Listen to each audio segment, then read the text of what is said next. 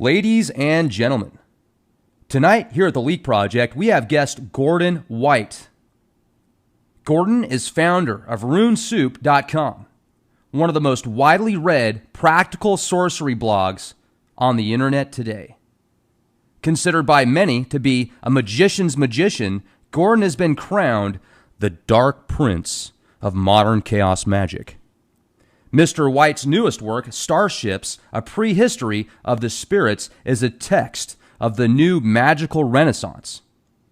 Mr. White brings his globally recognized data and demographic skills to a groundbreaking piece of truly interdisciplinary research, using mythological, linguistic, and astronomical data to reconstruct Paleolithic magical beliefs. Gordon maps them to the human journey out of Africa, explores which aspects of these beliefs and practices have survived into the Western tradition, and what the implications of those survivals may be. Tonight, minds will be blown. Gordon, it's great to have you on the show tonight with us here at the Leak Project. How are you doing? I'm fantastic. It's wonderful to be here, Rex. It's great to have you. I know it's about 6 hours later where you're at because you're in London right now. We talked for a second before the broadcast, and London, in my opinion, is definitely the epicenter of the globe. I think that everything kind of leads back to London, which some people call the new Rome. So just a great place to be. I haven't been there yet, but I do have family that has spent some time in the UK, and I know that just a lot of neat stuff's going on out there. But what I was hoping you could do for us, Gordon, is tell us about who you are and really what got you into some of these incredible realms of the occult and chaos magic, etc. Yeah, for sure. Well, I'm Australian born and raised. I have English family. So up until about the age of 20, I was living in a couple of places just north of Sydney and then Sydney itself, and then moved to New Zealand and was there for about 7 years, and then moved to the UK about 8 years ago. So that's the kind of physical journey piece. When it specifically comes to magic, well, it's kind of two lines through that, I suppose. There appears to be a sort of family component to it, although I was certainly not raised in a tradition or it was ever even really discussed down the matrilineal line. But my sort of magical journey began in an odd way. Sort of woke up very early one Saturday morning at the age of 13, aware that something had happened, some sort of dream state experience, and stole $50 from my mother's wallet and walked down the hill. We had a sort of very good independent bookshop, the likes of which you just don't find anymore, about 3-4 miles away. So I walked down to that and bought a few books and sat in a grandstand of a rugby oval that was sort of about halfway home with these books and read, and it was sort of off to the races from there. So that was the beginning, I suppose, of my interest in magic. And I don't know, maybe I'll meet a hypnotist one day and find out what that dream situation was. But from the perspective of the story in Starships, which is about Paleolithic culture and where these ideas came from, and that whole giant question mark about humanity, I suppose, that came in around the same time, perhaps a little bit later. There are some sort of cornerstone texts which everyone who kind of cut their teeth in the 90s would remember, like Graham Hancock's Fingerprints of the Gods and so on. So that has always been there. I've been all over the Pacific, and I've shot an underwater documentary at Nan Madol. So there's been a lot of sort of physical components of looking at it, but the history piece has always been there, and it's always been something that I have found particularly psychologically enriching, but also probably a bit important. So yeah, that's where all that began, I guess. When you first got into the occult, you had that real cool vision or dream, and you stole $50 from your mom and you took off to the bookstore. What books did you get?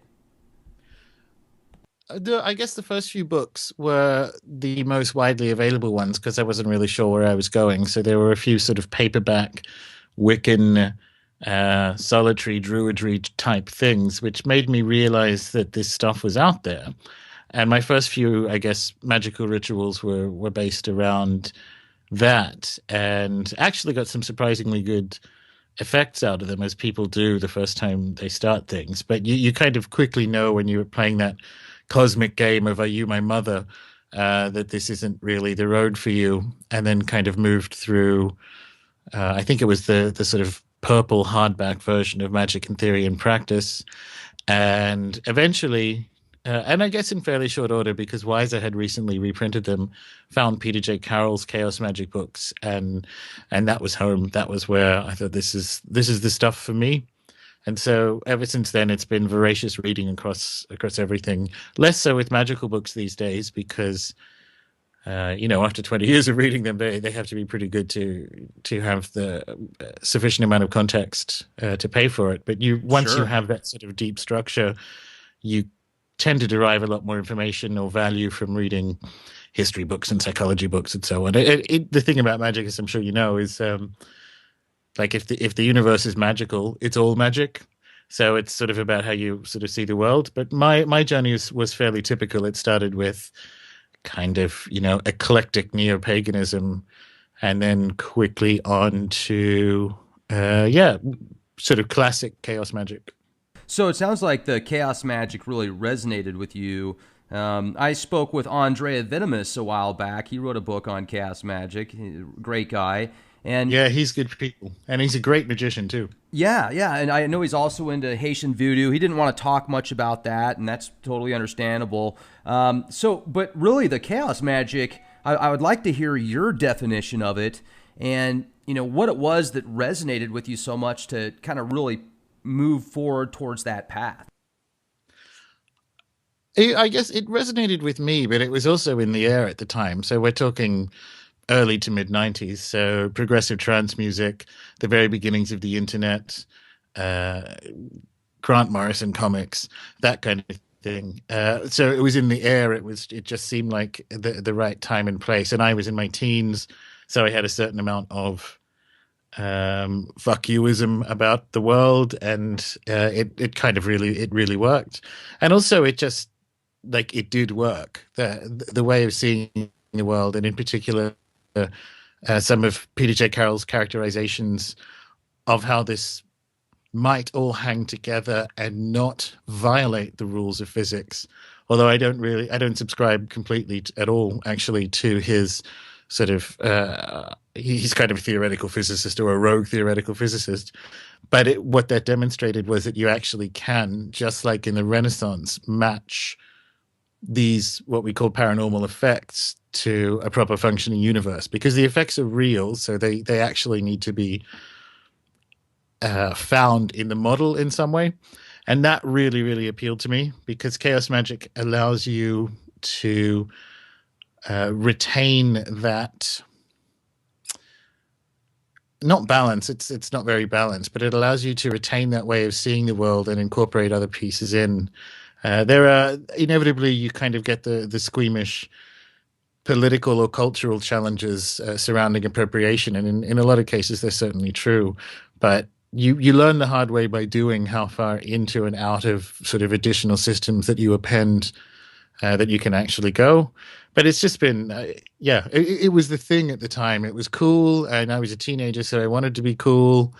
Probably wasn't, let's be honest, and it just kind of matched how I saw the world, and I've stuck with it. I know a lot of people went through their chaos magic phase, and then it became very unfashionable, but that's never really been a thing.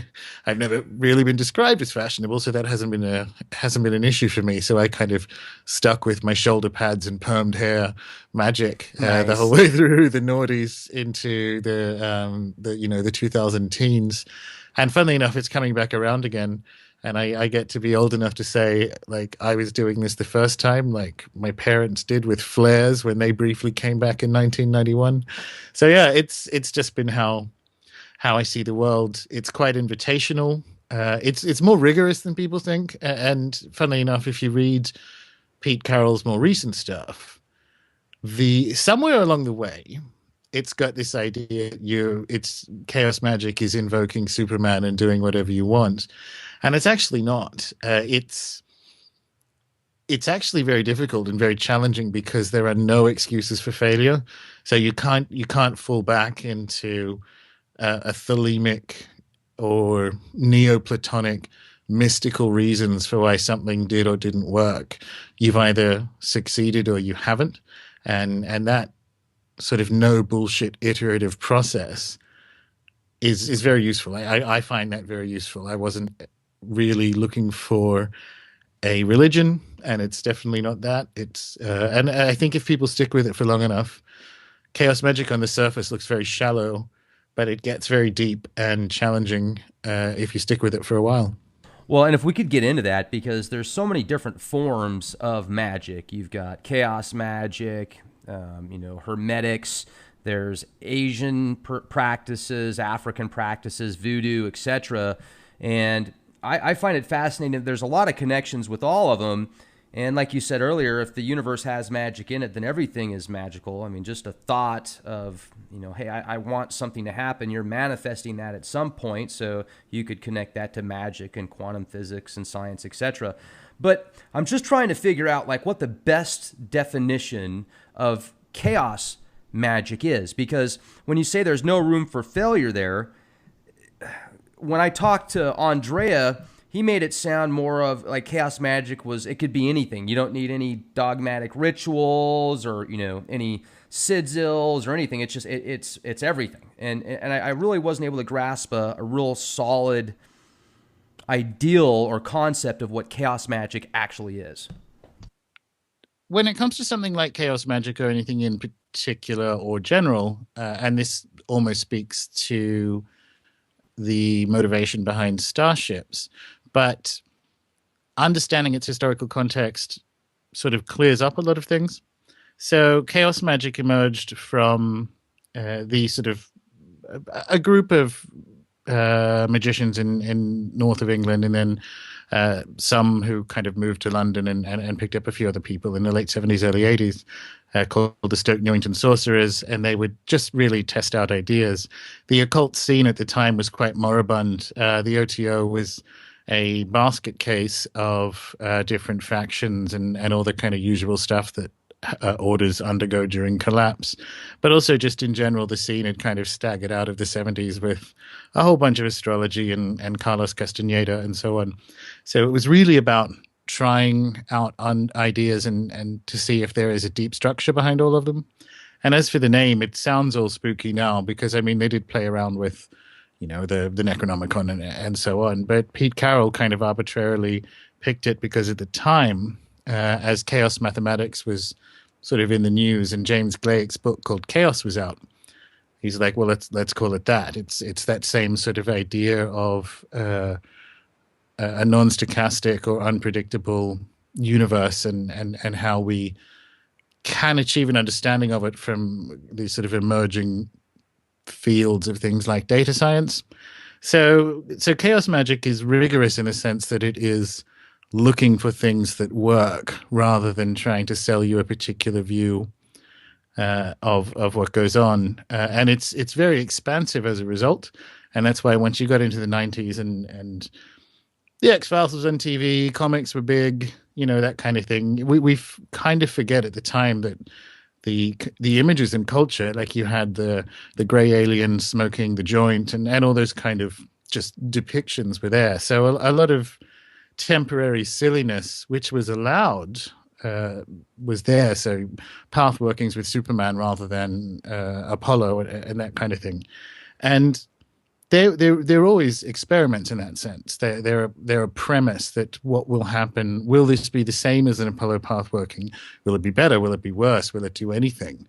And for some reason or another, probably the rise of the internet, which happened at the same time, at least outside of kind of British circles, the view of chaos magic is ossified around that one particular moment in time.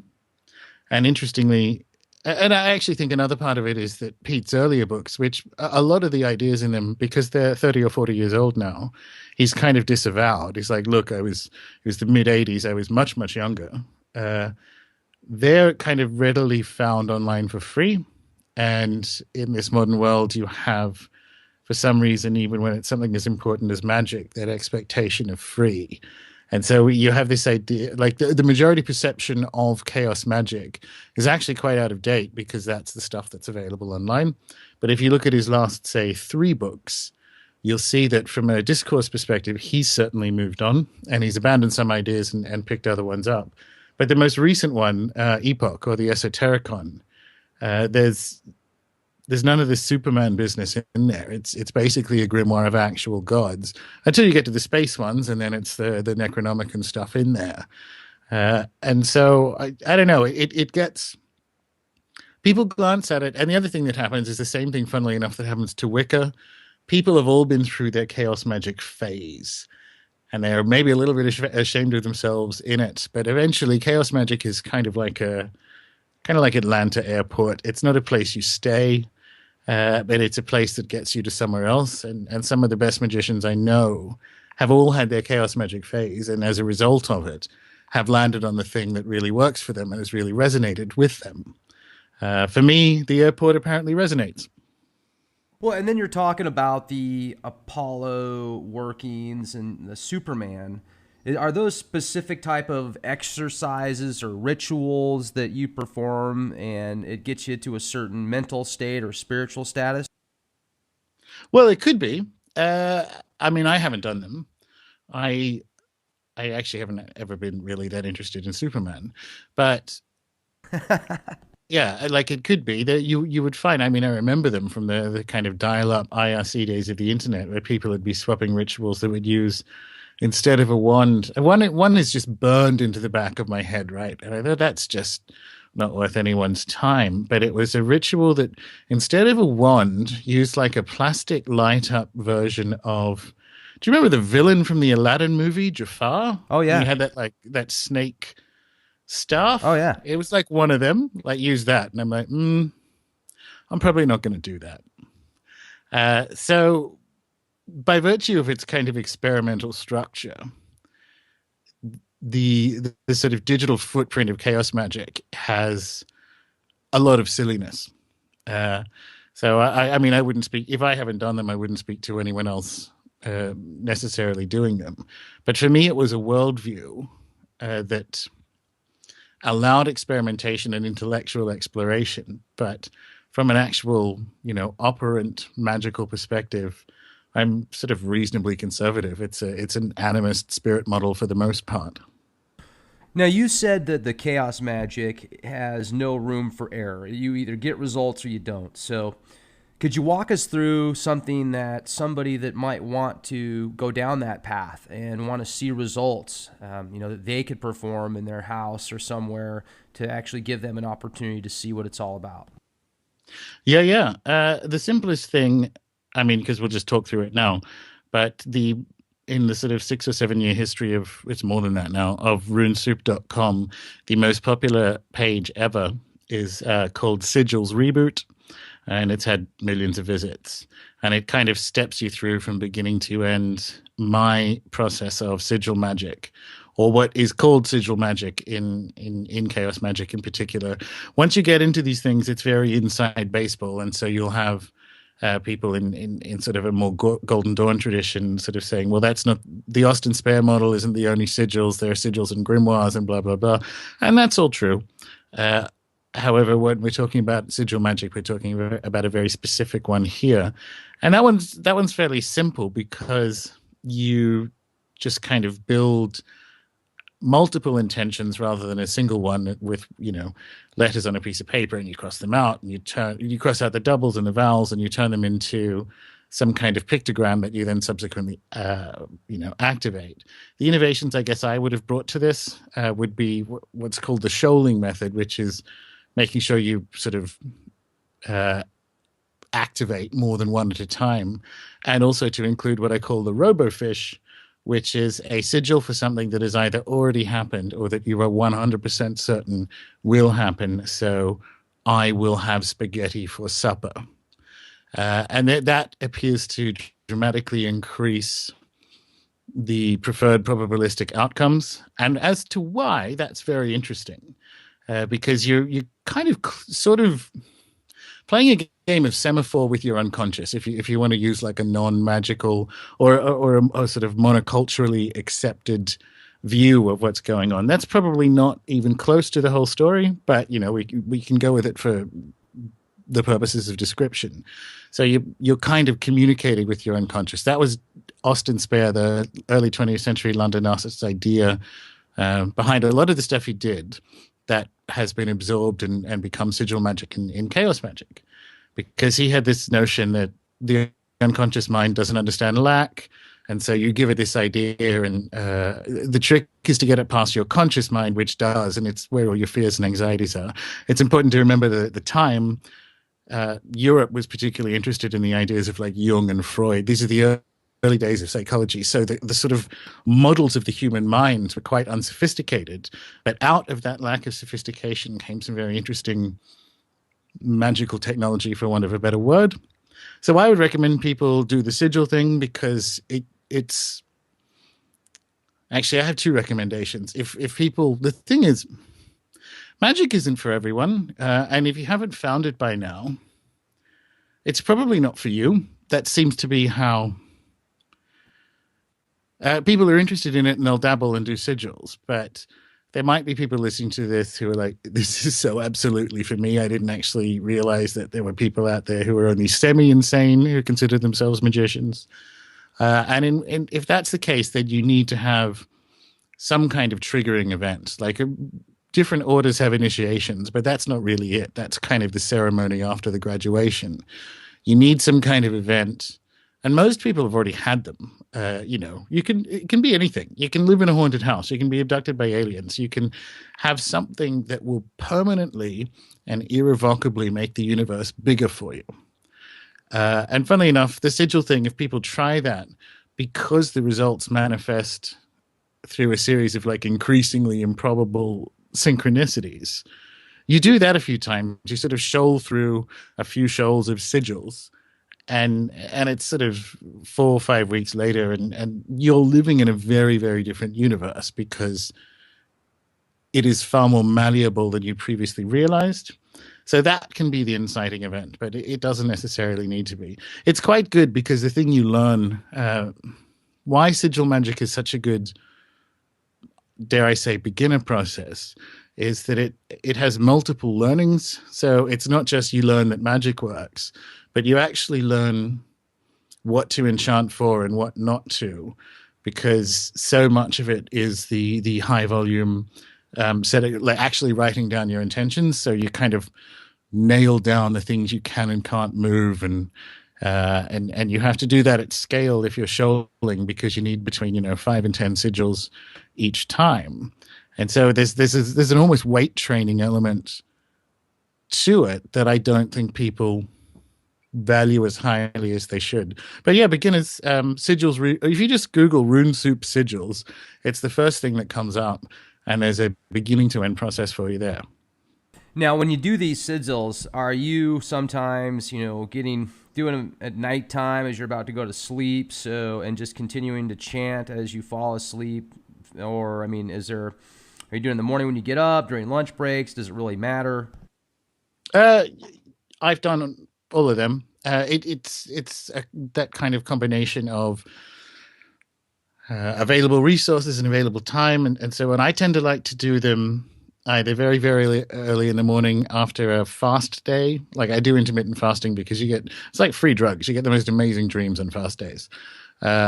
And there's probably something to that in a kind of wider consciousness model. This is perhaps a very good example of the kind of things chaos magicians interest themselves in. So I do them in the mornings. I like to have two options. I like to have a completely clear head.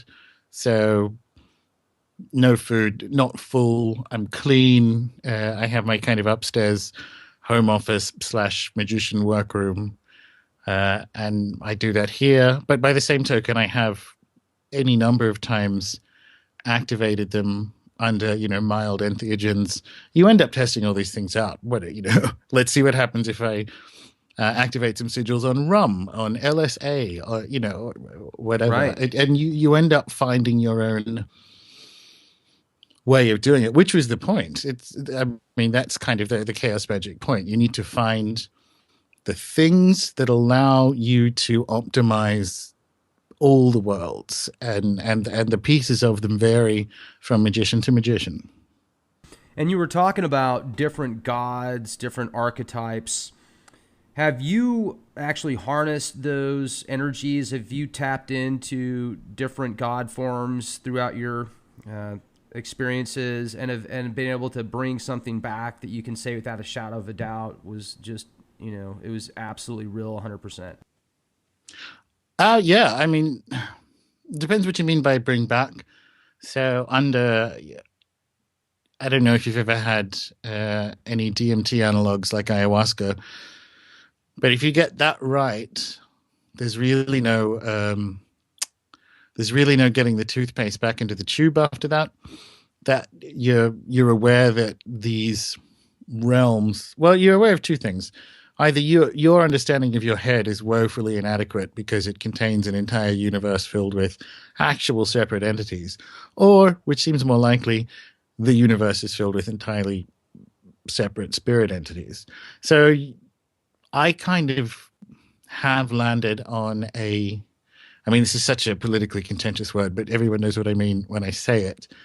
I've landed on a more shamanic or animistic process where there's a lot of dream work involved and a lot of dream journeying, rather than going and bringing specific things back. But I mean, that was the stuff I was testing in the 90s for me. So, as I said, 90s, Sydney, Australia, working in the music industry. So, going out to invoking Dionysus before you take the MDMA, and going out and seeing what would happen, and kind of in that American God sense, dedicating the evening to him. And you end up in the most, I don't know whether you would call it bringing things back, but my most exciting one of them was ending up at an after party in Bondi with a drug dealer who worked for the UN so that he could just walk anything into the country because it's a diplomatic passport, who owned a Right. mine that had some kind of glow in the dark rocks that they hadn't found a commercial use for them yet. So he got it for nothing. So we're sitting there, I'm talking to this guy who works for the UN who literally just walked like a carry-on bag of drugs into the country the day before. And there's some woman who's like obviously still very high. She's kind of dancing in that sort of weird Fred Astaire camera trick way up the side of the walls. And this is not my usual Sunday morning.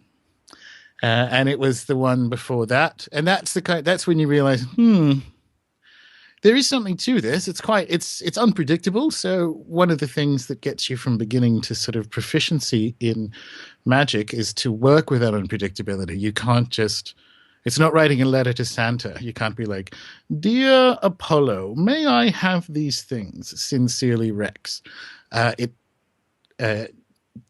Whatever is going on with these processes doesn't conform to our understanding of predictability. And again, that's another thing you learn if you do the shoaling stuff, because you sort of learn by getting the results you want in a really dickish and unhelpful way that you can't explain any other way. And you just have dozens of them over the course of a magical career. And you have that flash of insight. Oh shit, I should have been pointing in it slightly to the right of the target that I was going after. But so the universe is responding, and you're essentially building up a language or a way of communicating with it. When you talk about the DMT experiences, I've spoken with several people that have had DMT and ayahuasca, or how do you pronounce that? Ayahuasca. Ayahuasca, thank you.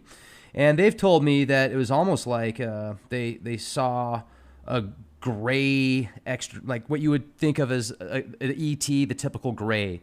And I've talked to other people that have taken salvia, which is actually legal at a lot of places here in America. I mean, you can just go to a head shop and buy it, and they have totally different experiences, but both spiritual. Now, the DMT is called the God particle for a reason, I think, because I've heard it's just a very enlightening experience. But most people that I've talked to that have done salvia say it's almost like a hellish experience where they get brought into the earth almost, but more of inside of a demonic archetype that they can't leave or do anything unless they're allowed to. So have you ever done salvia, and do you know what I'm referring to? Yeah, I have. Mine's kind of like of a similar type to that. My salvia experiences, which I know I've spoken about this on the blog a few times, and other people who are regular users say I have no idea what you're talking about, and I'm like, well, that's what happened to me. But I had a kind of cartoon Mayan lizard men situation. So it was sort of a Mayan-ish cityscape, but instead of Mayans, I had kind of like lizard people, and it was intense. It was brief as well, but it was intense, and it wasn't pleasant. It was interesting, so it wasn't unpleasant. I'd had some, experiences with a whole bunch of different entheogens and just general magical path working, which doesn't necessarily involve drugs and so on. So I guess I was genuinely interested. But that earth or the kind of chthonic aspect, mine looks like that, but it was kind of dark greens. Like the buildings were outlined in green, sort of like a line drawing, like almost like a crayon line drawing of the landscape, but there were lizard people. So it was dark and it was green and it was earth, and I would consider that to be a similar type to the descriptions that you've had, because it wasn't pleasant. With depending on how you consume DMT, it's a rush. It's a very intense experience, but it's not necessarily benign. It kind of feels right or expected when you're doing it. Salvia is different. Salvia is an intrusion or a peak, and I suspect it's because we're getting it wrong. If I look at the sort of motifs I saw and the kind of distribution of the psychoactive parts of the Salvia family, they do sort of correlate to Central America. And Central American cultures, they still do, but like historically have used a whole bunch of different molecules for these kind of journeys, more mushroom based in general. But I got the sense that there's a way to use this that I'm not really, that I don't know what it is. Entheogens, you're just taking drugs if you're not doing it in the right way, which is fine if that's what you want to do with your life. But if you're doing it in a suitably ritualized and serious way, then they have the potential to kind of give you these experiences. Otherwise, you're just taking drugs. And in the case of Salvia, I mean, I did try to ritualize it in the sense that I, made a space for it and, had a clear mind. I didn't sort of wander into a car park beside a gas station and get high. It was done in a very specific way. But I came away from it realizing or suspecting that I don't have the keys to make this car drive correctly. Right. So, yeah. Yeah, it's fascinating. I mean, it's just certainly a completely different mindset than, what you're talking about, DMT or magic mushrooms per se. And yeah, I mean, I can see why the shamans would use those specific tools that they had access to, because it certainly will stimulate different parts of your mind. I've talked to people that say it's best to get there naturally, and it probably is in the long run. But I mean, there's just it depends what you mean by naturally. I mean, mushrooms are naturally occurring. I would agree that they are absolutely. Same thing. I would agree. I have never smoked DMT. I have a bunch of friends who do, but I probably wouldn't. I don't think that's the way that's supposed to be used. I mean, I think that's the case. I don't do any of these synthetic.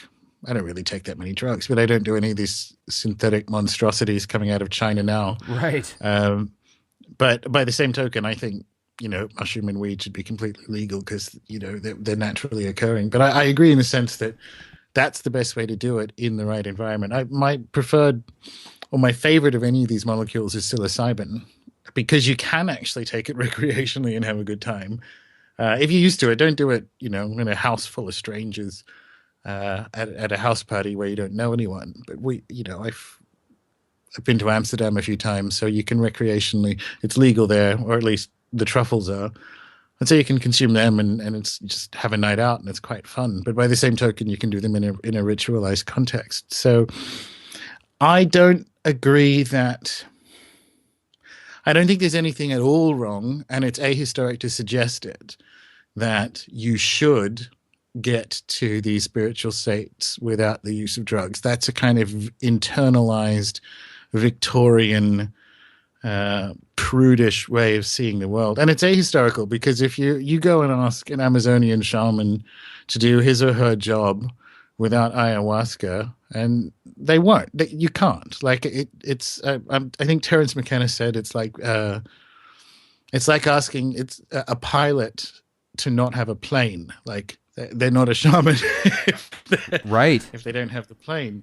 So I think a lot of that comes from people who are probably trying to sell a yoga weekend or something. But it's ahistorical. Again, this comes back to magic is not for everyone. I've never met a shaman who has chosen shamanism. It's been the spirits choosing them, and I'm glad they haven't chosen. Like it's not a pleasant life.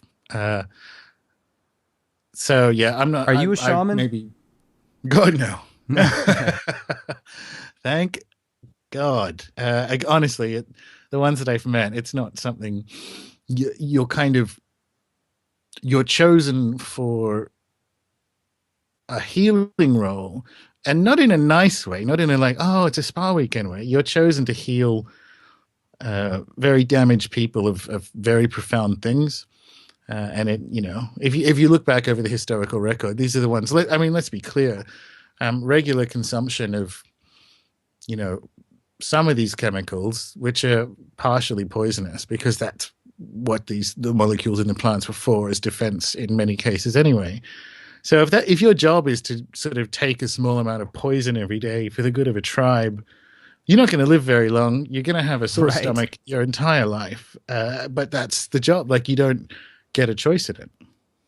Well, that makes sense too. I mean, there's probably ways to tap into some of the abilities that shamans have with practices and exercises, but a true shaman, like you said, is chosen via spirits because of, the way that they were created before birth or whatever. So that's an incredible way to look at it, and I'm really glad that you kind of went down that route. I appreciate that. One of the things, too, that I was hoping we could talk about, because you certainly have a really cool lineage, and just your life has been, incredible. I'm reading from Scarlet Imprint, that's your publisher, great publishing company. And in their bio of you, it says, Gordon is no basement mage.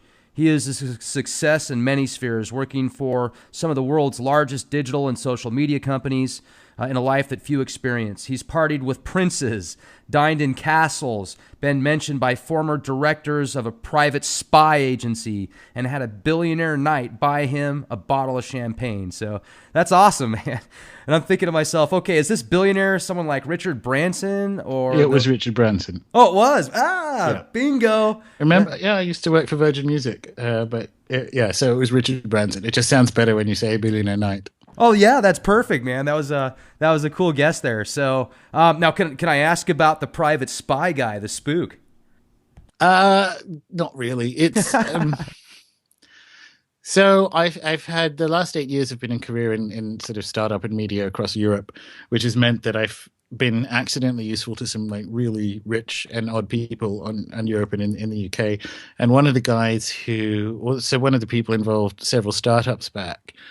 So my sort of boss's boss, who I got quite friendly with, he's had jobs where you've sort of had to resell old military technology. I mean, it happened in the US, police departments are buying tanks and stuff that are sort of military surplus. Oh yeah, it's retarded. From a government perspective, there's a lot of communications technology that's now no longer strategically useful.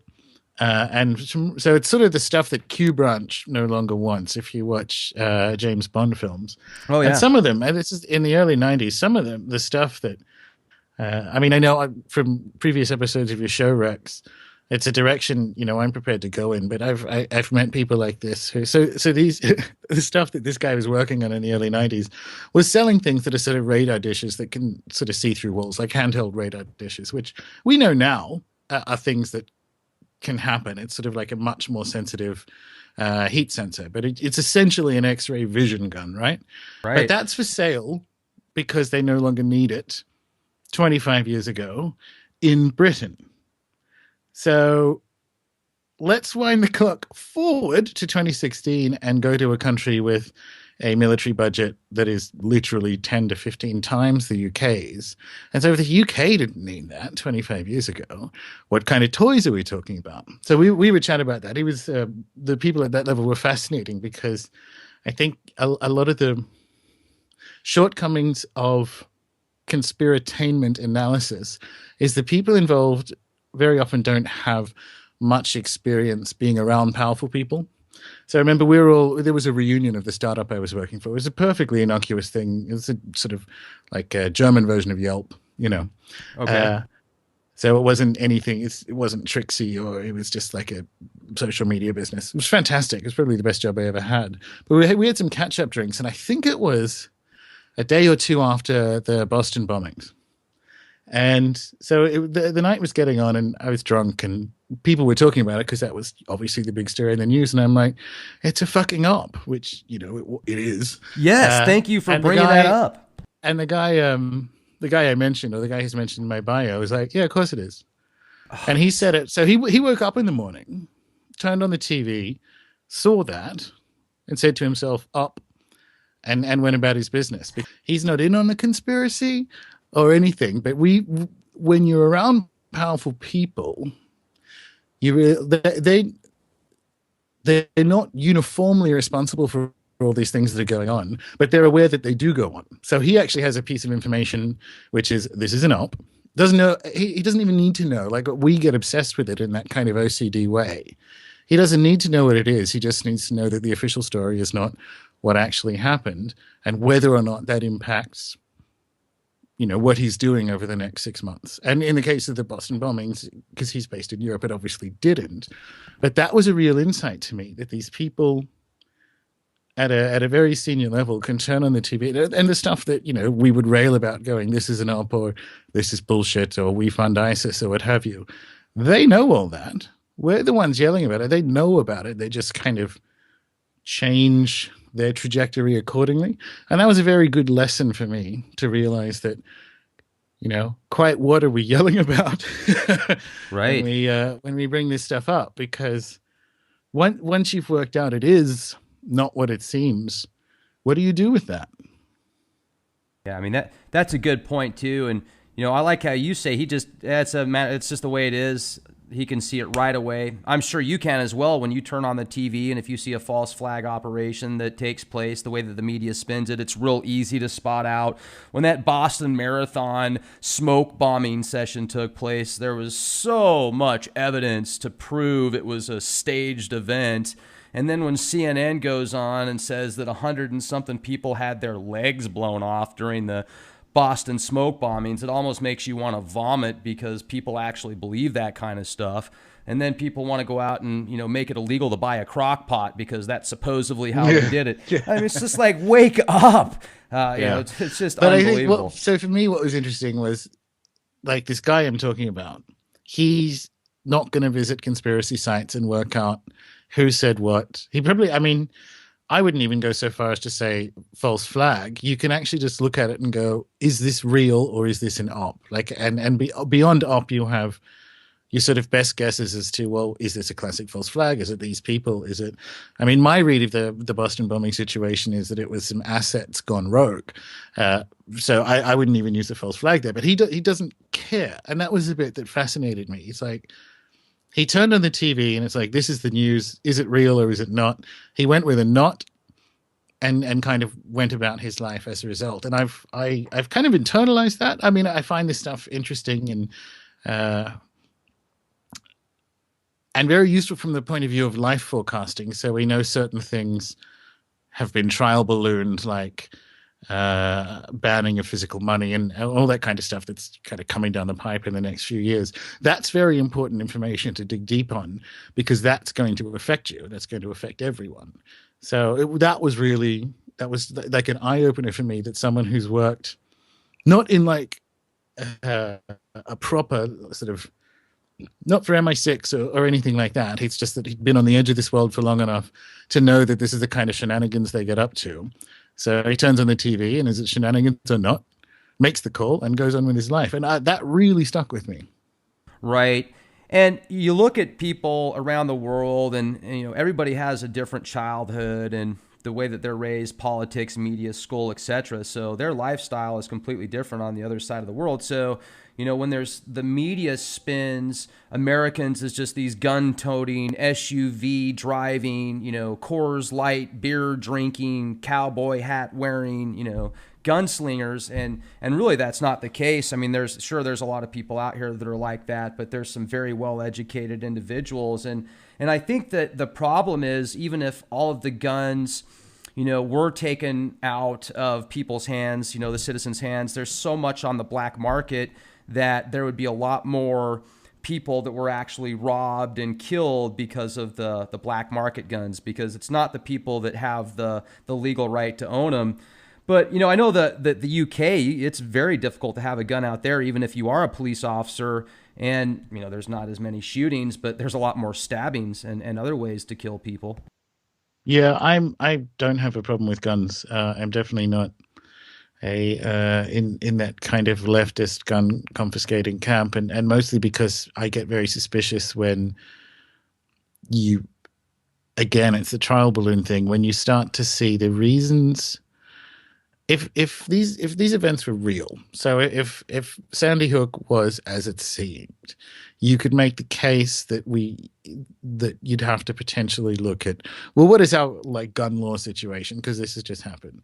But when two things happen, which is it Sandy Hook is not at all what it seems, and you have these kind of globalist mouthpieces calling for gun control. And when those two things happen at the one time, that's an example of, okay, so now we need to pick up areas and listen to maybe what's going on here, because you now have two pieces of something and you don't have the other pieces, and you need to be suspicious. But in general, I'm fairly left libertarian about the whole thing, private gun ownership to, I don't know, protect your marijuana stash from some recently married gays. Like, it's all fine. It's all good. That tends to be where I land on it. Yeah. And that's the whole other subject and everything. But so the people that you've met in your life, I mean, you've seen some amazing things and been to some amazing places. And that's what's, I think, helped you put together this incredible book that has just so much data from around the world that you've compiled. And, I'd like to get into that in a minute here, because just it's fascinating. But let's go back to some of the magic here and the abilities that one might have that has been able to harness some of the energies and such. Like a typical day for you, Gordon, when you wake up, get ready for the day and stuff like that, do you set aside a certain amount of time each day to perform certain mental exercises and visualization exercises or whatever to manifest your reality?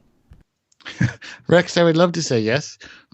Most magicians out there kind of fall into two camps. There's the ones who lie about doing something on a daily basis, and then there are the people who don't lie about doing something on a daily basis. So the short answer is yes. The long answer is not always. There are moments you'd be surprised. I commute via bus into central London, and I get up way early because it's just how I'm wired. So I have these very nice, it's almost like a pageant trip into town, because you go through Notting Hill, past Kensington Palace, along the top of Hyde Park, Oxford Street, you turn right onto Regent Street and down into Piccadilly Circus, and you get off there. Like, you could charge tourists £40 for this commute. And so I can sit up on the top level of the red London buses and either use a Headspace app or kind of a shamanic drumming app. They have terrible names, but the one I use is called Shaman Magic. And it's quite good because you can set the different beats per minute and the background sounds from like rainwater or what have you. And you can kind of use this as white noise and either do it as breathing exercises or whatever kind of energy body exercises you're doing. And you're otherwise just going to fill that space with nothing. So that one happens fairly often. If it's a work from home day, there's it's generally a bit more involved, but frankly, not a lot. I mean, I don't use the phone in that case because I'm in here with my own supplies, and so I've got incense and all that kind of thing. And I would love to say it happens on a daily basis. It doesn't, but it should. When you're talking about kind of 20 years in, you end up with kind of like your own X-Men team. So there are beings or spirits or whatever you want to call them that you have fairly fruitful relationships with. They like you and you like them. This, funnily enough, suggests there is a deep structure to magic, because the exact same thing is found in sort of animist cultures that have either shamans or witch doctors or so on. They have familiars, and they have certain spirits or beings in the spirit world that they work with, that you either find via a vision quest, as you'll get in the First Nations people, or what have you. The sort of Western European version of that, more often than not, emerges out of the grimoire tradition. So when I have all those kind of toys to hand, I do them here. But it's not like you're doing something very wrong if your life is an emergency on a daily basis that requires like daily practical magic. Because there's not that many categories of practical magic. They basically fall into sex, money, power. So, are you in a relationship that you're happy with or not? If you're single, do you want to get lucky that night? So that's the kind of sex one covered. And, I'm in a very long-term monogamish relationship. So, sex is off the table anyway. But then you get to like the money and power ones.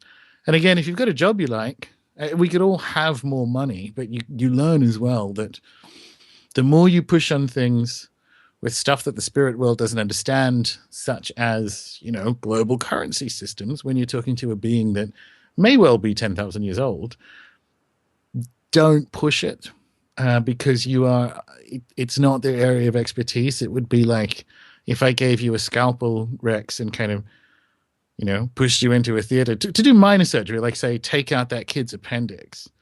And if you don't, I'll kill you. Then you probably would. And if you're lucky, if the nurse is good, you won't kill the child. But it will not go that way. It'll be a very crude operation. So you have to really take a few steps back if you're doing kind of emergency magic on a daily basis. So the sort of need for, well, what do you do on a daily basis kind of goes away beyond the sort of offerings or just general checking in spirit contact that you would ordinarily do to kind of maintain good extra dimensional relations. So, and even that is often not on a daily basis. There are, looking back through the books, depending on what your own X-Men team looks like, it seems to me quite important that the ones that land on a specific day, because each day of the week has, a planet associated with it, and the planets do tend to clump together certain classes of spirits and that kind of thing. So as long as if it's Astaroth, as long as you're kind of checking in on a Friday, that's quite good as a maintenance thing. But yeah, no, it's the thing about, and it's kind of 120 years of bad press, maybe 500 years of bad press, this idea that practical magic is some kind of wisdom tradition. It's not. It's not the goal of it. It's never been the goal of it. Like the grimoire tradition is kind of like a early modern English middle class version of witchcraft. It's there for the same reason hoodoo is there, usually because people are just built that way and naturally have a need or a compulsion to engage with the spirit world, but it's there for optimizing of life. Like if you're after some sort of spiritual apotheosis, you would struggle to find a worse route to that than magic. Literally anything else. Just meditate for 20 minutes a day for a couple of years, and you will be so far ahead in this goal than even quite proficient magicians, because it's not really what it's about. I know that's unpopular amongst people who are in different orders, because they've kind of built themselves this sort of fake Masonic version where they give each other certificates as they move up the ranks. But historically, it's never been that. That's not what we find in the archaeological record. Shamanism wasn't a wisdom tradition. It was a triage medical function. And it's the same thing if you look at witch doctors or hoodoo women or actual witches in the early medieval period, or like early modern period rather. it's it's not that. It's curing cattle of ringworm and finding a woman stupid enough to marry your feckless son. Like it's that kind of day to day. It's a deeper engagement with the physical world rather than a quest for the non-physical, if that makes sense. It does. And another thing that, in my opinion, is given magic or the occult a really bad rap is the Abrahamic religions. You know, the Bible. I mean, it's just and not even necessarily the Bible, but just pastors and preachers and people that are, I guess you could say, uneducated. They really push to their congregation that if you practice any form of magic, then you're part of the Antichrist and you're going to spend an eternity in hell burning, you know, and it's just, it's really unfortunate. And I wonder if maybe that was done by design, if religion is a form of control to keep the masses docile so that select people that are awake and do know the abilities that they have can, you know, kind of be godlike in a sense. Yeah, potentially. I would. When that happens, it's a localized effect. So you sort of get that. You obviously get that with the rise of Catholicism, but you got that with the sort of politics of occupied Judea as well. So you had certain local noble families or families associated with the temple doing things that to be in power requires control of information. And so you certainly get localized effects of that the whole way through.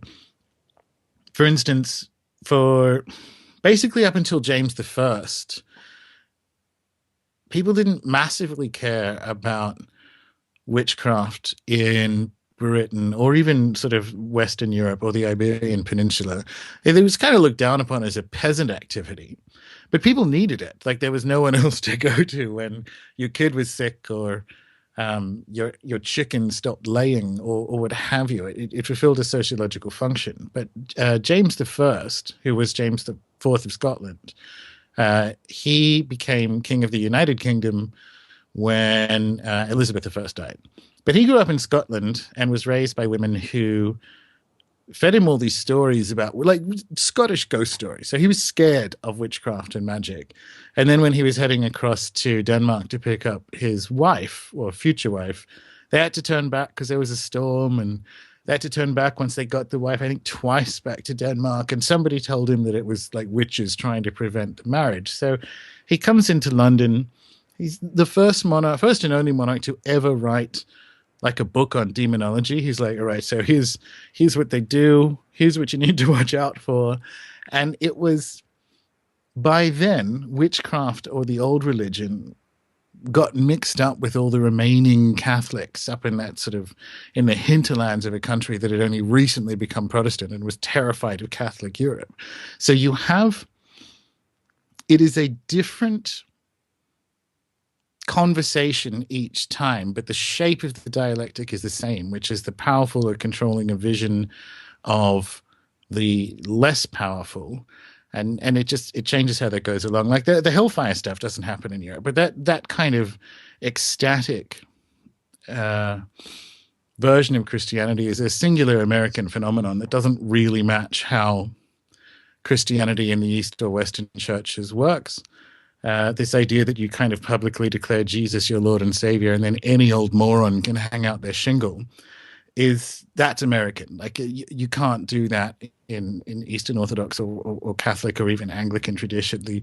The rituals of the church are built by people who understood the typology of the Old Testament and read the church fathers, and the pieces that are in it are there for very specific magical ritual reasons, which is all kind of discarded in that idea that in the very American cultural sense of some kind of saying something loud in public and then forever expressing your opinion. But unfortunately, that's done a lot of damage to the cultural piece. But by the same token, I don't care. Like, it's not for everyone. I don't care what people think. Most people who are quite good at it don't, nor do they publicly advertise it, because it's never been. Practical magic is not a viable universal worldview. And that's what I mean by I don't think if you haven't found it yet, if a person hasn't really found it yet, and they're not listening to this in a state of like constant tingling, like, holy shit, this is real, then, dabble all you want. It's your consciousness, but it tends to find you, and magicians can kind of recognize the real in that sense, and Right. all the nonsense elsewhere. People, saying that Dick Cheney's a Thelemite and all this is just crap. But you won't ever convince people on the internet's mind about anything anyway, and certainly not something like that, which isn't to say there isn't ritual components to 9/11, but that I'm telling you Dick Cheney is not a fucking Thelemite. And it's that a lot of this analysis is undertaken by people without a kind of lived experience of how magic works and how ritual magic and public acts of it would work. So yeah, it's the game. It's always been the game. Peter Carroll of Scarlet Imprint says you find the witch at the end of the pointed finger. And that's a very good definition, I think, of witchcraft. It's not some kind of earth goddess survival, because it's not that in other cultures. It was never that in Europe. But around the world, you find the witch at the end of the pointed finger. It's the magic that is not condoned by the power structure. Well, and Thelmites, I mean, the Book of Thelema by Aleister Crowley isn't the main overall principle of somebody that considers himself a Thelmite. Do what thou wilt is the whole of the law. Love is the law. Love under will. Yeah, that's kind of what he boiled down the experience that he had in Egypt into, kind of, his, let's try to make this as simple as possible. He did that a few ways, because funnily enough, it never seemed to take off. He had these spirits telling him he was a prophet of the new eon, and yet he's still, I'm fascinated by Aleister Crowley. I think he's a really interesting, and he was an intelligent guy. But yeah, so can I jump in real quick with Aleister Crowley? Sure. Because obviously, I mean, he certainly did have an impact on society. I mean, even today's many of the people in the entertainment industry, the music industry, Hollywood, are really gung-ho towards Aleister Crowley. And he was a fascinating individual. I've read several of his works. And at first, when I first started researching him, the books that I read, I mean, it just didn't make sense. It was way over my head. But the more research I did and the more opportunity I had to digest it, now it's a lot more understandable for me, multifaceted for sure. But do you think that when he supposedly did that automatic writing via was it the Book of the Law or the Book of Thought? Well, no, it was the Book of the Law. That's what he got as a result of which I go into in Starships. But do you think that's legit? Do you think? Yeah, he of really, course. Okay. So if again, it's in Starships, there's a reasonable amount devoted to it, and why I think that particularly worked, given his prior experience in Egypt, because this was his second trip coming back through. And interesting stuff happens. I don't know how much Jacques Vallée you've read, but the experience of the reception of the Book of the Law falls into a type that we would now associate with like a UFO abduction, right up to and including starting what is effectively a UFO cult, because there was astronomical information. I was, and the whole general. I mean, there's a star goddess, there's Iwas, there's all these pieces in it. But before, so you had a string of extreme synchronicities that happened at he called it the Cairo Museum. And going out to dinner with his wife, and her saying that Horus was angry, and the name of the waiter, and all these things. I don't know if you've had this experience, Rex, of trying to describe a sequence of synchronicities to someone, and when you describe them, they sound like shit. Like the person's like, that doesn't sound like it's that interesting, right, or a synchronicity. But you know damn well it is, because that's just kind of how they work. Right. So he had a string of these things, and he had a string of these things while there was an eclipse and weird shit happened with Venus. So you have the atmospheric effects going on that are associated with a UFO event. And then he gets, over the course of 3 days, a channeled text from beings in space, effectively. Now, if that had happened in the 50s, that would have been like some kind of George Adamski situation. So, yes, I do like to say I think there is a reality behind the experience that Aleister Crowley had in Egypt during the reception of the Book of the Law is a very different thing to saying I subscribe to the Book of the Law. I think that was a real and legitimate contact with extra-dimensional beings. And as over the last 110 years or so, we've now had about a dozen of them that have reached popular consciousness that, and you could, frankly, you could include Whitley Strieber in this, of a kind of extra-dimensional event associated with the stars, and then a whole follow-up series of books that went on to change culture over a sort of slow burn way. This is what I mean by, if you read Jacques Vallée, suddenly Crowley, with all his faults, became you kind of, how to describe this, Crowley kind of re-elevates in your eyes when that happens, not because you think he's clever or any of that stuff, but he was a fascinating man because in many senses he was extremely arrogant, and he couldn't get this experience out of his head. So he lived for 40-something years after it. And if you look at what happened prior to, he kind of tiptoes, or really more tears through a whole bunch of different magical systems. He does Enochian, he does Kabbalah, like tears through the Golden Dawn curriculum and the Goetia and all this kind of thing, and then kind of gets over it.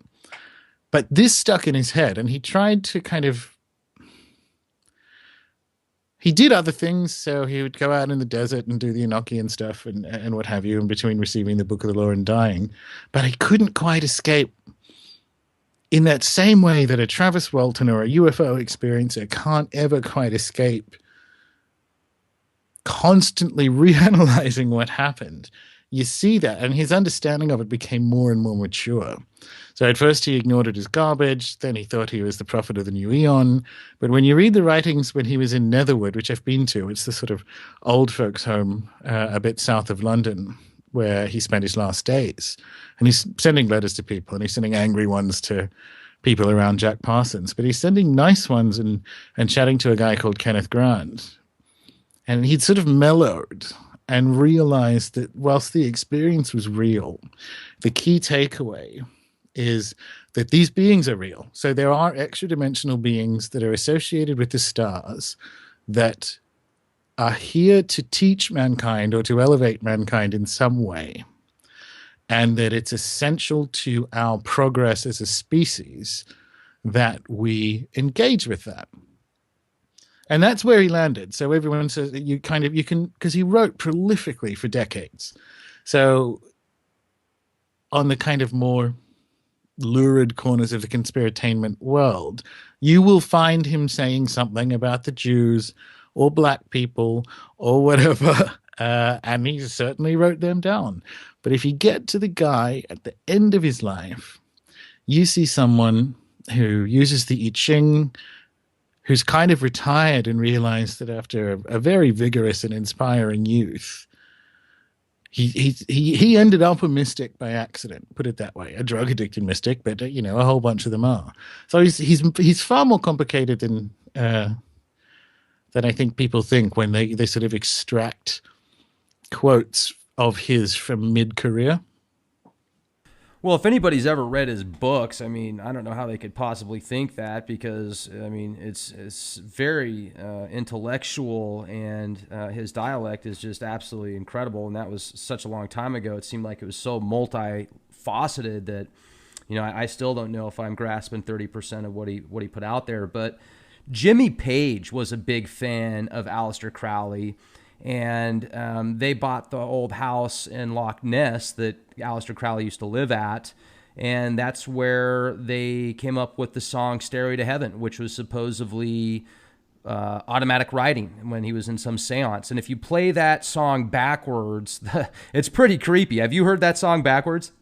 Yeah, I have. I have some people in common, because you say Jimmy was a fan. He's still a fan of Aleister Crowley, and he has one of the best Crowley, original Crowley and Austin Spare libraries in the world, which he doesn't ever really let people see. You have to be pretty good friends with him. And yeah, the house in question was Boleskine House, and I haven't been inside, but I've been to the house. It burned down recently, and it's an eerie place. Loch Ness is an eerie place, Right. and so you kind of put a wizard in this house where he then sort of worked his way through a list of 72 spirits, so the demons of the Goetia. Lesser Keys of Solomon. Yeah. So it's a spirit list and a way of attracting them, and he went through that on on the edge of a lake that has had a monster legend associated with it since about 600 AD. So there are stories of early Celtic Christian saints essentially subduing with the sign of a cross monsters in the Loch Ness area that you think, oh, that's so it wasn't an early 20th century photography hoax. The story goes back 1600 years. It's obviously not a dinosaur either. You're once again in that 40 and extra dimensional space where it's what John Keel would have called a window area. And I've had picnics along Loch Ness, and it's weird. You kind of know when it's time to go. Stunning country, like it makes your face melt. It's beautiful, but it also gets creepy quite quickly. Right. So I'm not surprised that Stairway to Heaven was automatic writing in that way. Jimmy Page is the real deal when it comes to the practice of magic. But as you say, like 20th century, here's what I think happened when the spirits called in the prophet of a new eon.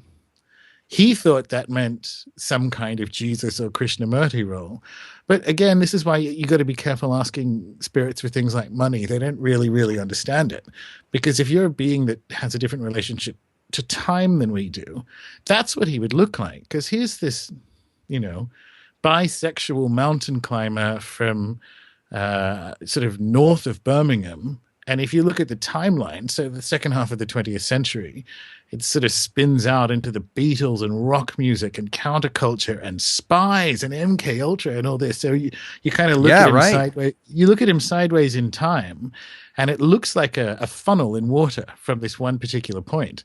And so from their perspective, he kind of was the prophet of a new eon, because what was the 20th century but the story of, spies and rock music, literally. Now, Barbara Bush looks just like him, and there's a lot of speculation. You're right. So do you think that there's a connection there? No. I've literally never heard that before, but she does. She does look quite like him. It's crazy, man. And, once again, the internet is such a good place to be anyone and be able to do anything. I don't know if you saw that commercial where the guy says, bonjour.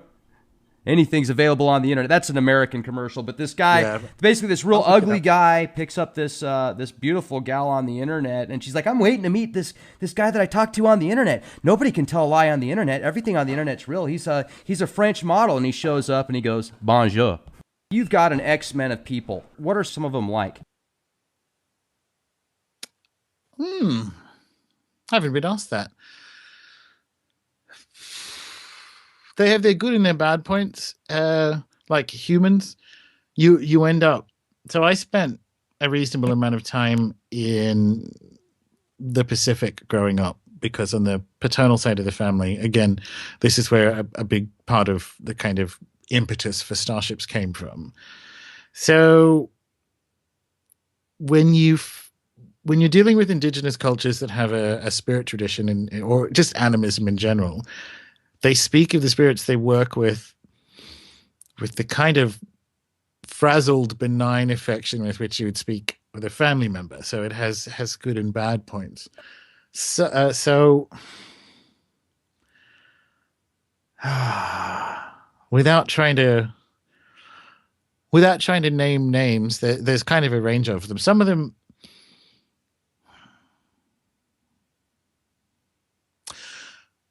Okay, I'll break it down this way. Spirits from the kind of Solomonic or Goetic grimoire line have a recognizable sense of humor. They're pleased by things that you would expect them to be pleased by. So they like high up places, a lot of them, which is odd for chthonic spirits in a way, but they like the promise or the idea of being noticed, or being celebrated, and as a result, you end up with a kind of, again, you'd have to talk to Andrea about this because I don't know a huge amount about voodoo, but you end up with a kind of like gay sense of humor, that kind of graveyard humor, which comes from kind of like almost psychopathic fun making, which is interesting, and that seems to be a personality type, at least for the ones I deal with, because there are some nasty ones in there. Let me be clear: like when people talk about working the grimoires, that doesn't mean you kind of play with them all. Some of them are nasty. Some of them are just not for me. Perhaps they think the same thing about me. I don't know. So that's interesting. You can kind of tell by a sort of mouthfeel personality component and a sort of lack of understanding.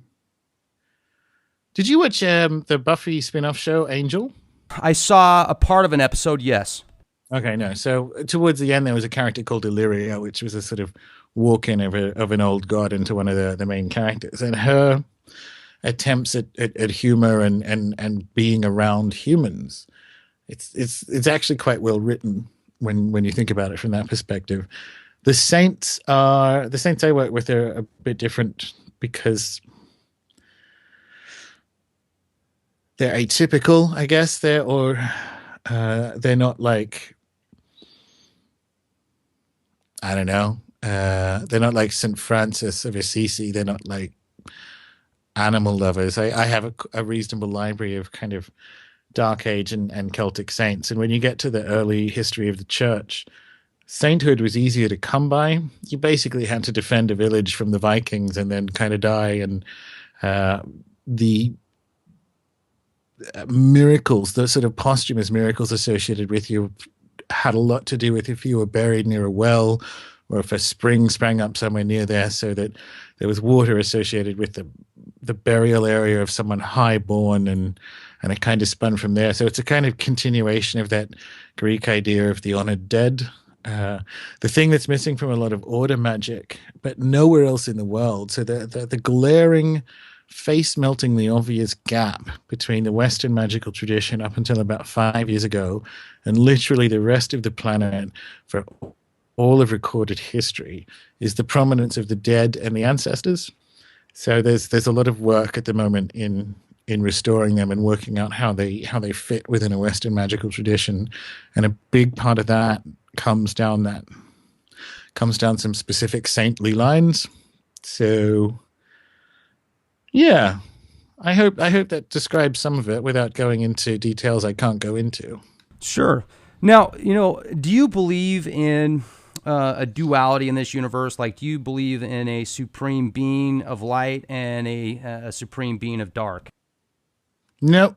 If I had to pin some worldview colors to the wall, I'm like I've sort of already mentioned.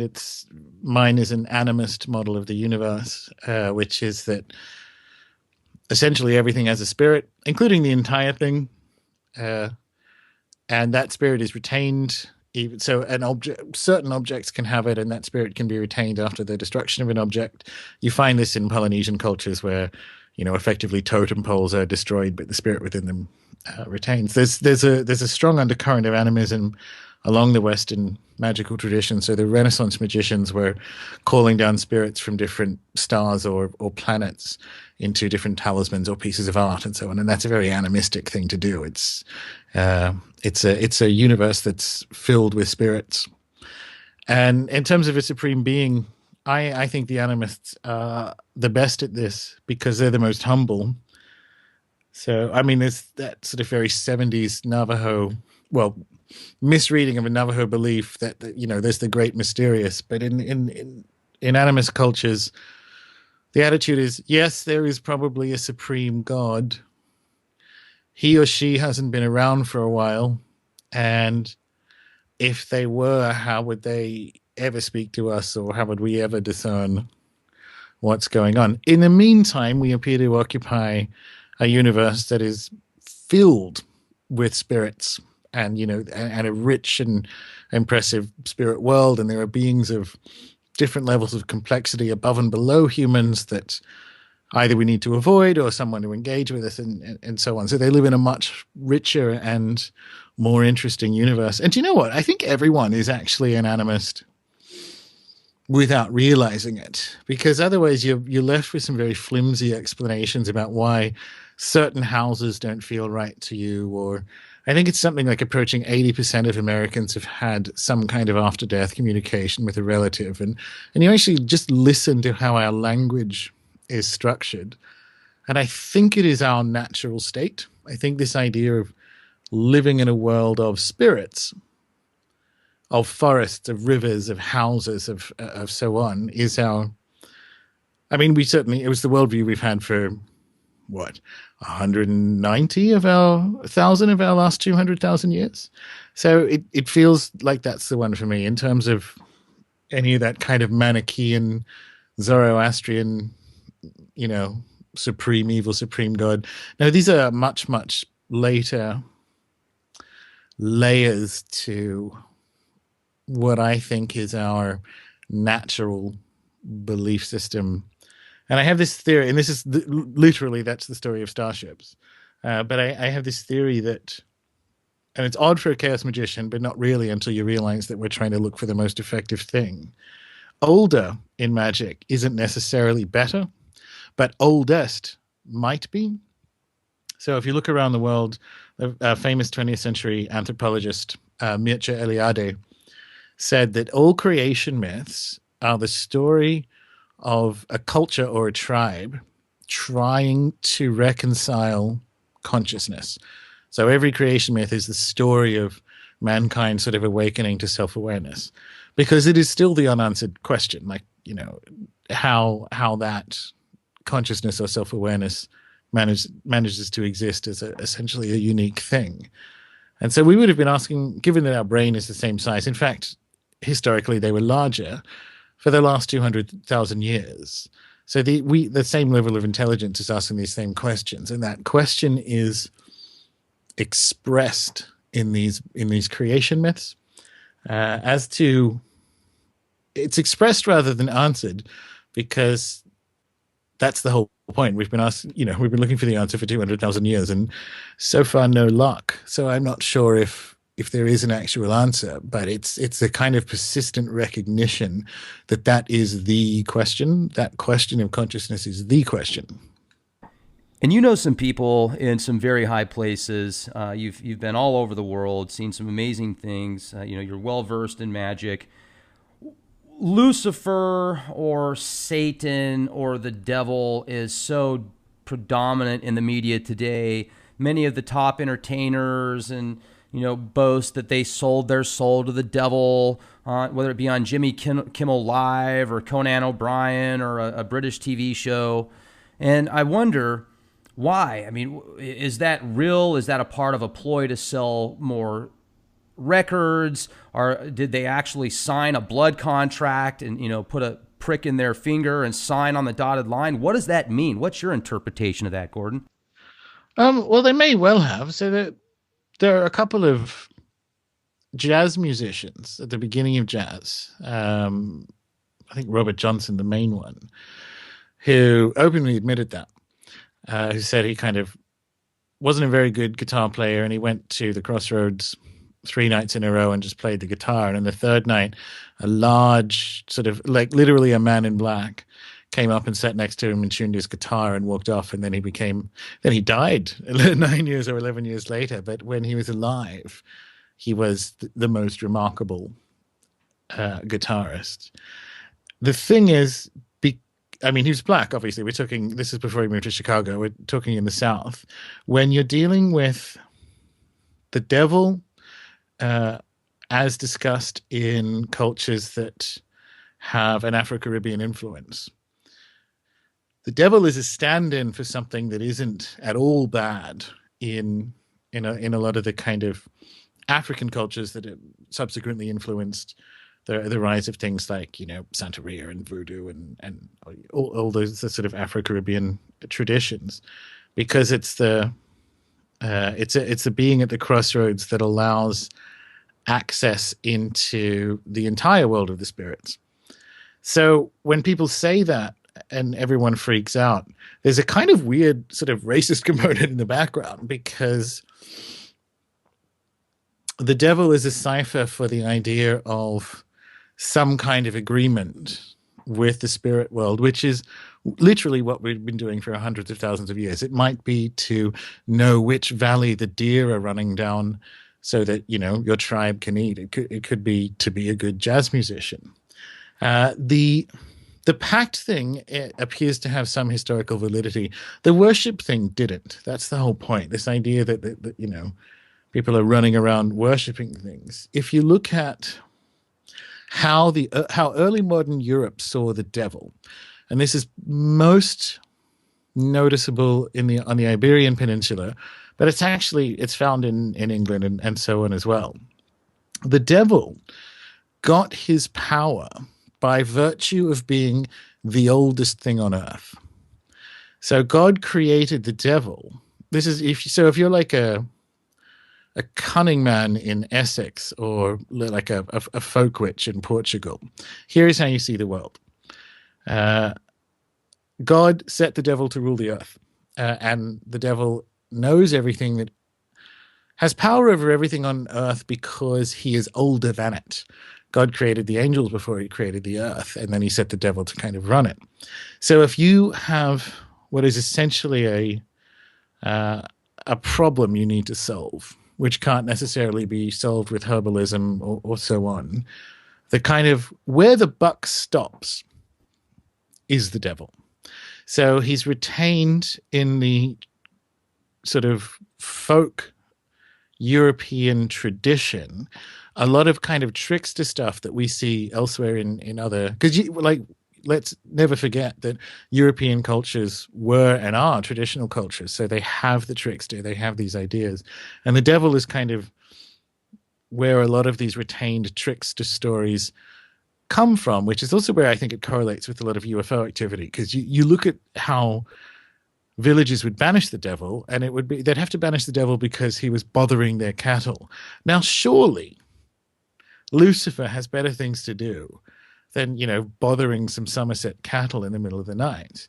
And so the devil becomes a storehouse for all these ideas, rather than a being. And this is it. You only get this once again, you get to that kind of American version of it. But rather than a being that's kind of in some sort of eternal war with God to be king of the world, he's already king of the world.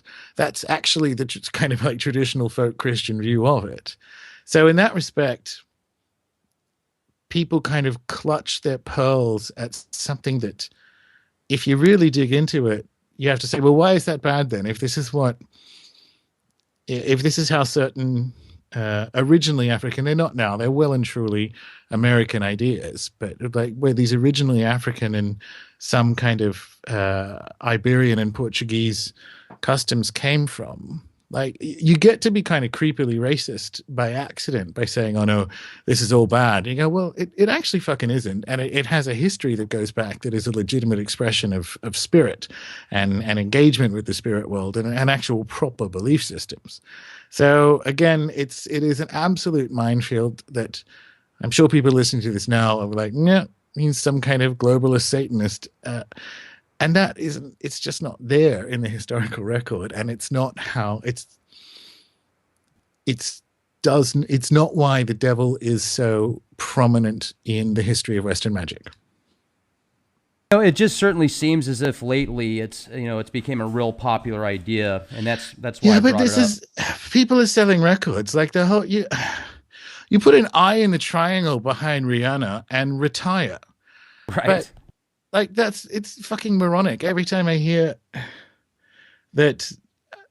Okay, so not this Super Bowl, but the last one, the Katy Perry one. Oh yeah, what was it? Yeah. If that was a ritual, what was that supposed to do? Seriously.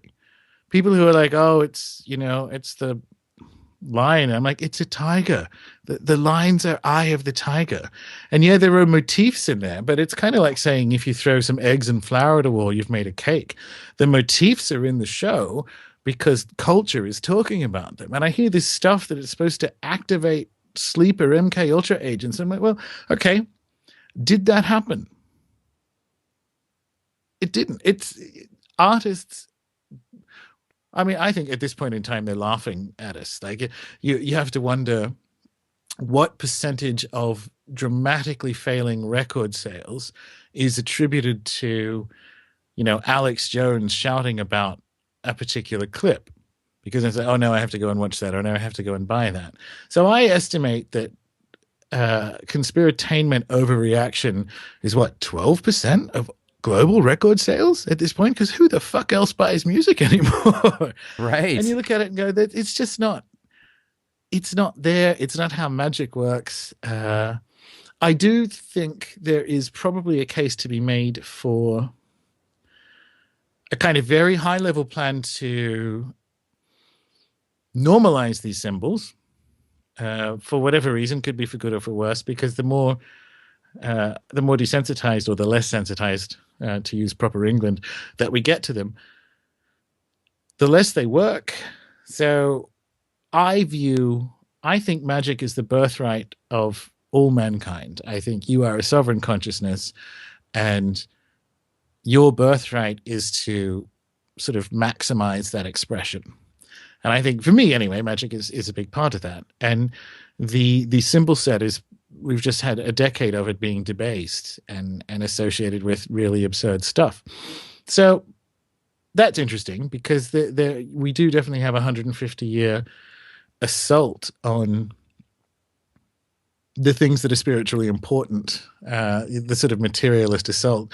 And now we have this utterly debased idea that this is all bad, and is to do with some kind of cult that connects Katy Perry, a pedophile network, 9/11, the Vatican Bank. It's I don't think that's it. I think you could probably make a confident case that there is an intention behind the prominence of the symbols over the last 10 years, but a lot more work needs to be sort of put into why that would be the case. And could you tell us more about this just incredible compilation of text that you've put together, Starships? Just an awesome, I've had an opportunity to read through some of it today. I haven't had a chance to read the whole thing. And for our listeners out there that might have an opportunity to pick up a copy, could you discuss it with us? Yeah, sure. So it's called Starships, A Prehistory of the Spirits, because a number of things have kind of happened in the archaeological and scientific world over the last 25 years that I think have tremendous implications for the story we tell ourselves about mankind and our journey and our relationship to the universe. And one of the, I would say, sort of unexpected manifestations of this is the kind of literal ancient aliens belief. Because if you look at where that came from, it came from sort of looking at the official version of history and going, well, this isn't correct, to say the least. But if you're operating in a materialist paradigm, that means you end up having to explain, because you don't have a spirit world or kind of consciousness technology to deal with, you end up having to explain what I think is a far more complicated extra-dimensional story with physical aliens, for which there's not a huge amount of effort. There's actually zero evidence for them being the originators of, say, religion or spirit on Earth. And that idea has kind of emerged out of the side effect of us thinking recorded civilization began 3,500 years ago. It didn't. The story is much, much deeper. And so Starships is a layering of genetic research and geological and linguistic research, and the kind of findings of a remarkable man called Dr. Witzel, who is a Harvard Indologist, who's kind of done a family tree of mythology. So when you think about it, when people say that there is a motif that recurs all over the world, they don't actually mean all over the world. Like these myths are unevenly rather than evenly distributed. There are very, very few evenly distributed myths, which would be the case if they somehow represent some kind of structure to the human mind or brain. So the idea that the sun is male, and the moon is female, you would think that would be more or less universal. It's not. In fact, by volume, the majority of cultures consider the moon male. So after a very long career of being a mythologist, he kind of family treed these myths because there are certain motifs like the separating of the sort of sky and the earth by one being male, one being female, by the parent, and letting the light in as the creation story is found in the Americas, it's found in Polynesia, it's found right up through India and Samaria and Egypt.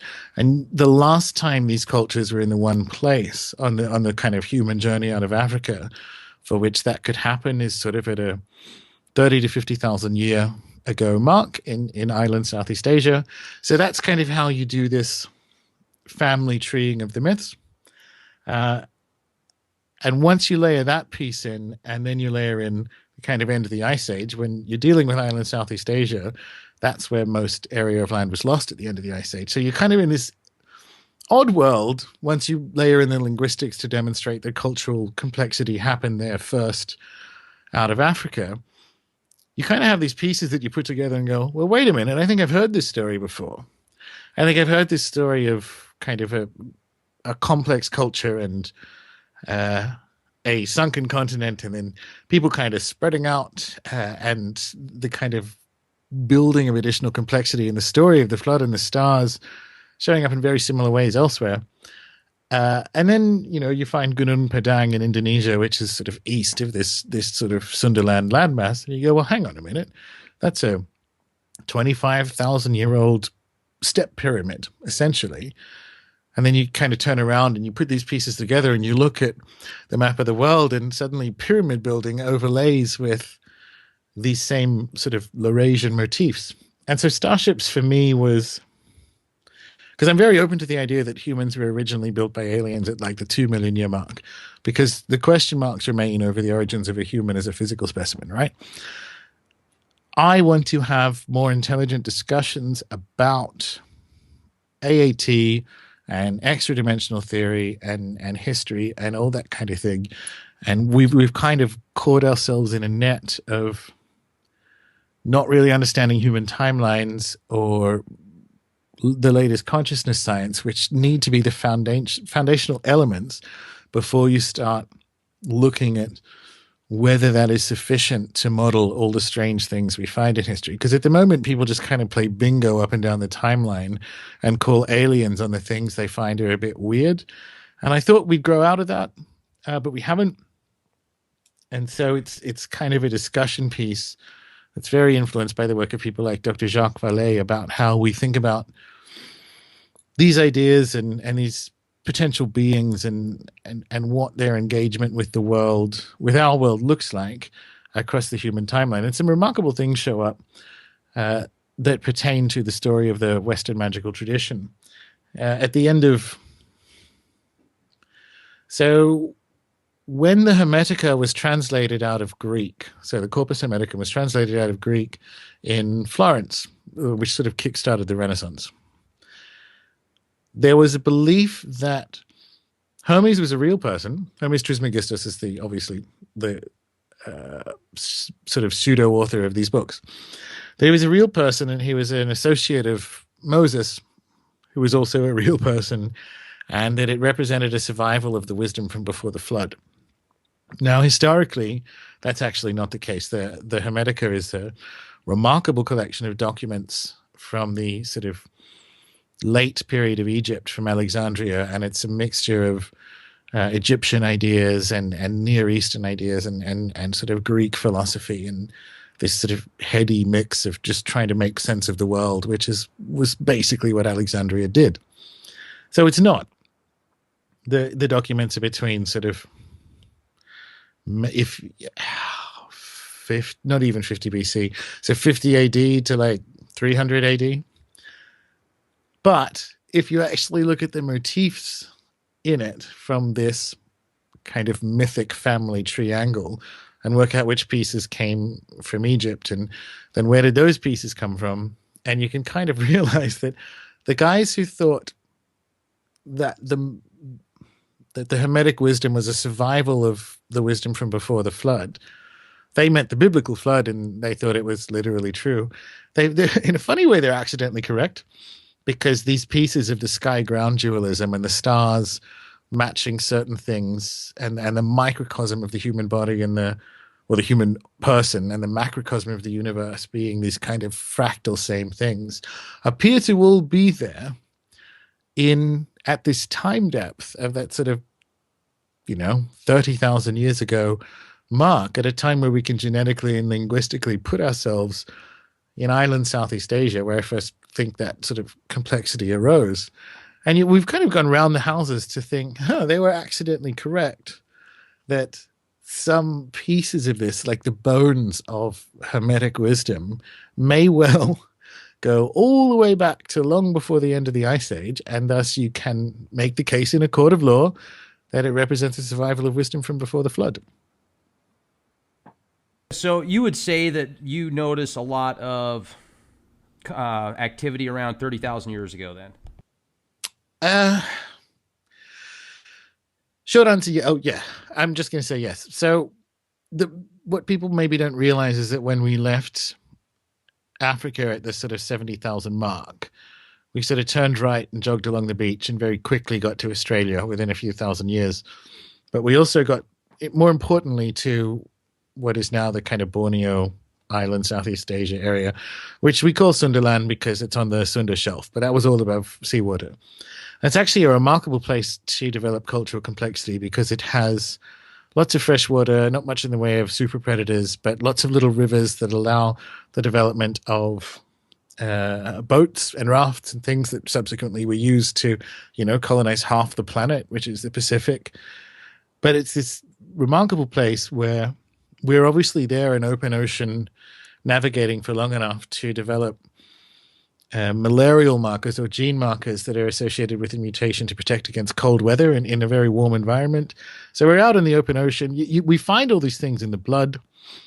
We find kind of Asian grandmother and Asian mother genes that show that there was a back crossing back into India and Eurasia from island Southeast Asia into the kind of cultures that went on to develop the Vedic and the Indus cultures, basically, and also the UAE and Egypt and all kinds of places. We can actually locate people once we got them there and can linguistically demonstrate that cultural complexity arose first there out of anywhere out of Africa. Then we start to get all these gene markers connecting from that point to the other side of the Pacific and to the places that became Samaria and Egypt. But at that 30, you kind of have I think it's at the 30,000 mark, because that coincides with a Berkeley linguist called Dr. Joanna Nichols' idea that that's where that piece of cultural complexity happened, around that point.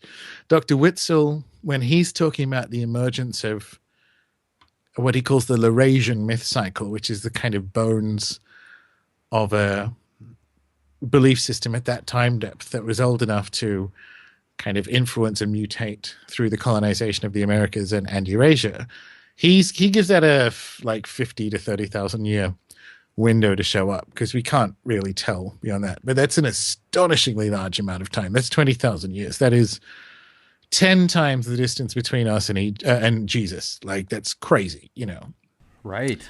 But those are the numbers you can deal with, because you're sort of dealing with what is effectively half-lives. But the Joanna Nichols information means I kind of want to calibrate that closer to the 30,000 year mark. But yeah, so you kind of have these big giant windows. It's the best we can do, but we kind of have to do this bit first and then go looking for aliens or whatever it is we want to look for, because we've literally been tripping over our own feet, just like playing bingo with these ideas. And there is some fairly good science.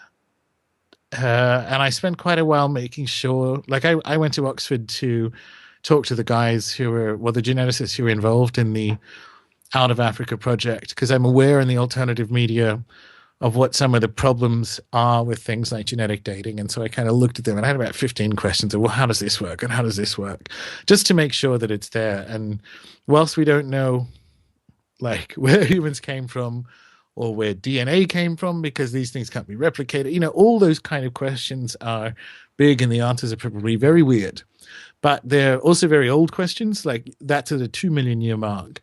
Whereas this is the journey of sort of 70,000 years ago to today. It's the journey of which parts of that experience, of that kind of human colonial effort, are retained in the Western magical tradition?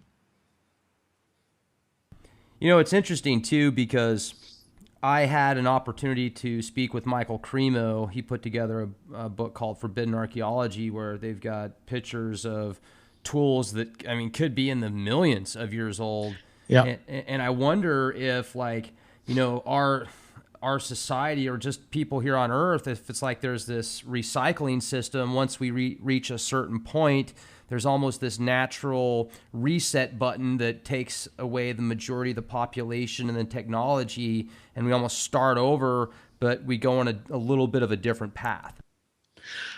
Look, at that point, it's anybody's guess. Like, I actually quite like Michael Cremo. I've got Forbidden Archaeology and so on. Now, some of this stuff, he has a Richard Hoagland thing, which is he only needs to be right once. Now, a lot of the stuff, well, some of the stuff isn't right. So I think, say, the sort of boot prints that are 60 million years old are actually like trilobite organism impressions in the mud. But there are, underneath between 250,000-year-old and 2 million-year-old volcanic rock objects that are man-made. Like, someone needs to answer that. And funnily enough, this story doesn't preclude any of what you were just talking about, Rex, at all. This one's based on the things that I'm like, okay, so we can know these things about our journey. But 70,000 years, right? That sounds like a long time until you realize that humans are at least 2 million years old. So we're still missing most of the story. And the idea that there were other, maybe, colonial expeditions out of Africa that failed and thus don't show up in our genes. That's an example of them.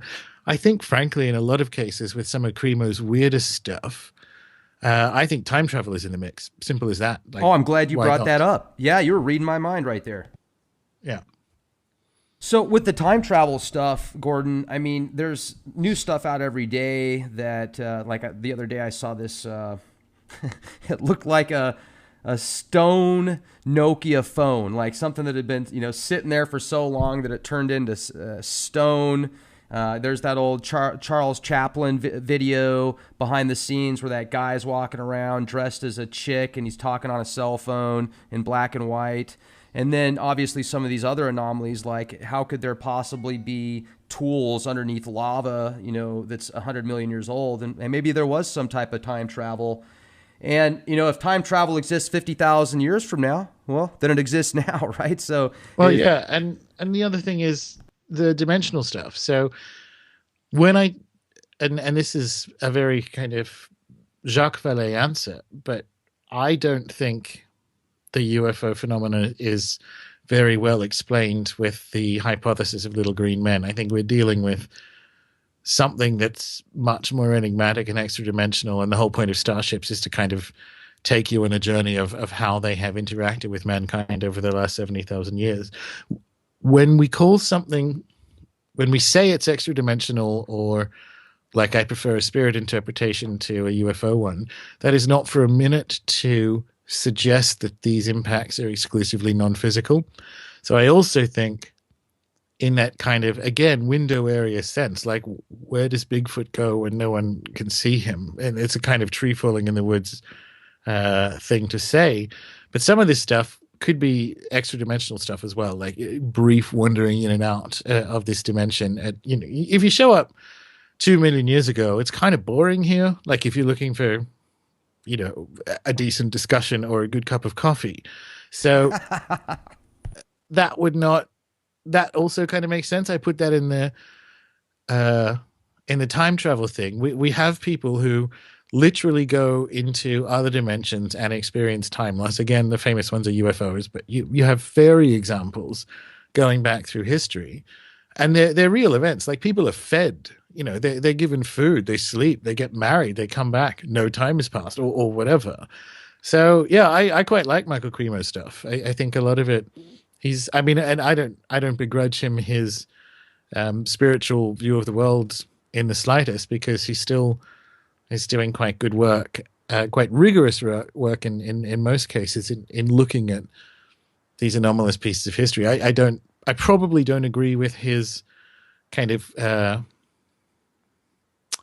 Vedic cosmology that says the world is that many millions of years old. But that's fine. That's the difference between data and interpretation. His data are quite good and quite strong. His interpretation is his own, and he's allowed to have it, and that's all good. Right. Yeah. I mean, that's what's great about what makes us who we are is we have the opportunity to think for ourselves and we're not assimilated by the Borg and all think in some hive mind. So that's the beauty of being a human is imagination and opportunity. So I really appreciate the way you put that together. And I just find it fascinating because it seems like history rewrites itself all of the time. Whenever I think I finally know what's going on, something comes out that shows me I have no clue. It's incredible. There's some politics to that, which is so important. Like if we don't, and I mean, if we don't do a good job of telling our history, someone else will tell it. And that's the reason I wrote the book. I mean, that was just me ragging on alternative historians who, see aliens behind every pyramid. But the mainstream ones are like equally to blame because we've left it up to people who literally don't believe in the things that they are researching to tell us what's going on. Like you have materialists standing up telling you about what, about ancient Egyptian demons or Sumerian gods. And I'm like, you guys don't actually believe in any of this stuff. Like you don't believe there is a spiritual reality behind it. So we've left it in the hands of, like on both sides, idiots. And there is a deep politics to telling, and especially when it comes to magic, because that was the kind of classic role of the shaman was to keep the story of the tribe. And we just kind of outsourced it over the last 120 years, and it's been a fucking disaster. And we need to insource it. There's huge if you can tell people where they're from, you can tell them who they are, and that I don't give anyone that.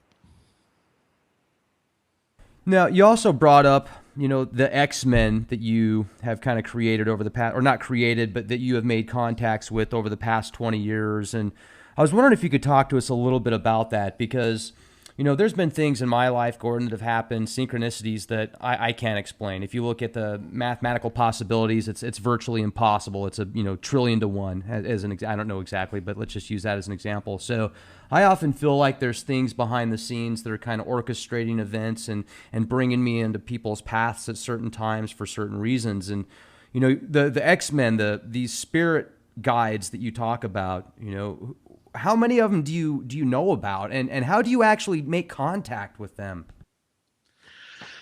Well, I mean, it's literally angels dancing on a pinhead as to the volumes of it. Like I think our world and the spirit world, such as they are different, are quite populous. And I don't know, like I mean, Rex, it's been the conclusion of people far smarter than me and definitely more spiritual than me that it is exactly as you described it, where we're dealing with a populous universe of beings who are actively engaged in stories on an individual basis, but on a planetary basis, and moving things around and showing us stuff and just organizing things in a way for reasons that we can't actually discern. Some of them may be quite manipulative. We can hope that some of them are nice, but they're not. As for the ones, I mean, as for the kind of, I guess, regulars, from a spirit perspective, it's kind of the same with Andrea. I'm not going to go into it in detail, but what I will say is that however you get into your spiritual journey, if it is one that incorporates the kind of reality of a spirit world, then they will eventually find you. Like, it doesn't matter if you're doing it from like you spend a year doing daily chakra exercises, you start shoaling a bunch of sigils, whatever it is, you kind of end up getting their attention, for better or for worse. And in a lot of cases, and not in a controlling sense, but in a lot of cases, they choose you. It's kind of like a friendship where they're interested or not, you're interested or not. Let's see how that goes. And it's difficult to explain. Like you just kind of, you find the ones that you find. I do actually have, for people who are interested, not starships, but I actually have another book coming out April 8th called the Chaos Protocols with Llewellyn, and that kind of goes through in a more specific way, like how you make your universe big enough for spirits, and the kind of Magick's great prize is the certainty that life continues after death. And in fact, Terence McKenna said the purpose of life is to familiarize yourself with the after death state so that the process of dying doesn't come as a shock to the system. And I think that's true. And I think that's very much what Egyptian culture was about. And if people are kind of interested in, well, like, seriously though, how do I begin playing with this? There are some rituals that you can do entirely on your own with no stuff that's coming out in the Chaos Protocols. And as to why they work, that information's in Starships. They've sort of unintentionally ended up interrelating. Right? They're not related at all, and they're not sequels, and you don't have to have one or the other. But if people are kind of interested in this, you need the first step, as I said before, is knowing in your bones that this stuff is real, that there is a reality to spirit phenomena. And you can trigger that by getting a bunch of friends and breaking into an abandoned mental hospital in the middle of the night with an Ouija board and scaring yourself shitless. There are, like, you could throw a rock and hit a better way of doing it, but technically that will do it, because you won't get out of that without realizing, good Lord, this stuff is terrifying. Well, you come away thinking it's exclusively terrifying, but there'll be no convincing yourself it wasn't real after that. I've noticed certain areas kind of are hot spots for darker energies and entities. Several years ago, when I started to really research and study different forms of the occult, I picked up a copy of the Lesser Keys of Solomon on eBay. It was a used copy from 1913. And when I finally got it at the house, I mean, you could immediately feel almost like this dark, dense is the best way to put it, energy. It was a real heavy presence. And I didn't even tell my wife that I had the book. And it got to the point, I had it for a few months, and something didn't feel right. Something in my gut was telling me to get rid of it. And I did. I gave it away. And the moment, that same day that I gave it away, my wife came home and she goes, it feels different here. It just feels lighter. What are your thoughts on that? Yeah, you bought a used grimoire. Someone that story tracks. That's exactly, and that denseness. There's especially with a lesser key work, and if people have been playing in the kind of sort of darker end of that spirit list, the density is an observed phenomena. The blood pressure drop, that kind of thing. So yeah, I would. That's a remarkable, like, kind of historic document. You think, 1913, this will probably be worth something at some stage. But as a general rule, if you're new, don't buy a used grimoire, because that's what happens. There's a whole kind of thing on. But that being said, like I just said about how to describe this, as I just said about the hypothetical mental hospital, you kind of now know in a way that it's going to be difficult to explain, but you and your wife know that something fucking weird happened, that a book could change the sensation of a house like that. Right. So that's one of those, like, okay, I don't know how it works, but I will never not be convinced that it doesn't. Like, whatever it is, there is a reality behind these phenomena. And that piece of information, if people are interested in pursuing magic or kind of engaging with the spirit world on an animus model, you need, however you get it, again, the best way is maybe 2 weeks with a responsible shaman and some ayahuasca in the Amazon, but we can afford what we can afford. Like, the Ouija board mental hospital thing will do it. There's more risks, but the whole point is it doesn't matter what it is. You just have to know to the point that nothing will take away from you that this is real. And then you're kind of playing a whole new game. You're actually living in a whole new universe. And really everything up to after that is you exploring a whole new universe. And that's probably why magicians get so, multifarious in their expression after that happens, because we're all kind of looking for that solve of what it is we experienced. Right. And I know that we're getting limited on time here, so if I could just ask you maybe one more question before we close out. For those that actually do practice magic, study the occult, have an opportunity to reach into these different dimensions and communicate with certain entities, surely sometimes there's after effects or resonance of energies that come back with them. If somebody wanted to break all ties and like do a complete cleanse, eliminate those type of strings around them, how would they go about doing that? Yeah, sure. You want the fire blanket. That makes sense. Uh, there are kind of the first thing you would do is get some sea salt and like a plastic cup and put the sea salt in the cup and take it into the shower and essentially um, pour salt water over yourself. And you can do like the asperge me with hyssop Lord little prayer or what have you. And if that isn't it, like if you've really fucked up, you can get, this sounds more ominous than it is, but you can get some dragon's blood, which is actually which is an incense, or you can get it as an oil, and it comes from a tree, like a sort of, that only grows in Yemen. So it's not actual dragon's blood, unsurprisingly, but it's a resinous incense. And that's kind of like ghost bleach. So you would put that in cleaning products and clean the walls and so on. And that does tend to blow a lot of things out, everything out basically, but it blows out the good things. So it's kind of like antibiotics and your gut flora. So your kind of natural spirit ecosystem will take a while to recover as well. So that is the literal fire blanket if you fucked up. But go down the kind of salt and the sage thing's sort of, the sage thing has an odd history because it's very much of it is to do with the history of Hollywood. I mean, the idea kind of came from Hollywood in that sense. But you can go into any kind of store, or there's plenty of witches on Etsy or what have you, and get some sort of room cleansing incense, and you can do that in your house with the saltwater piece.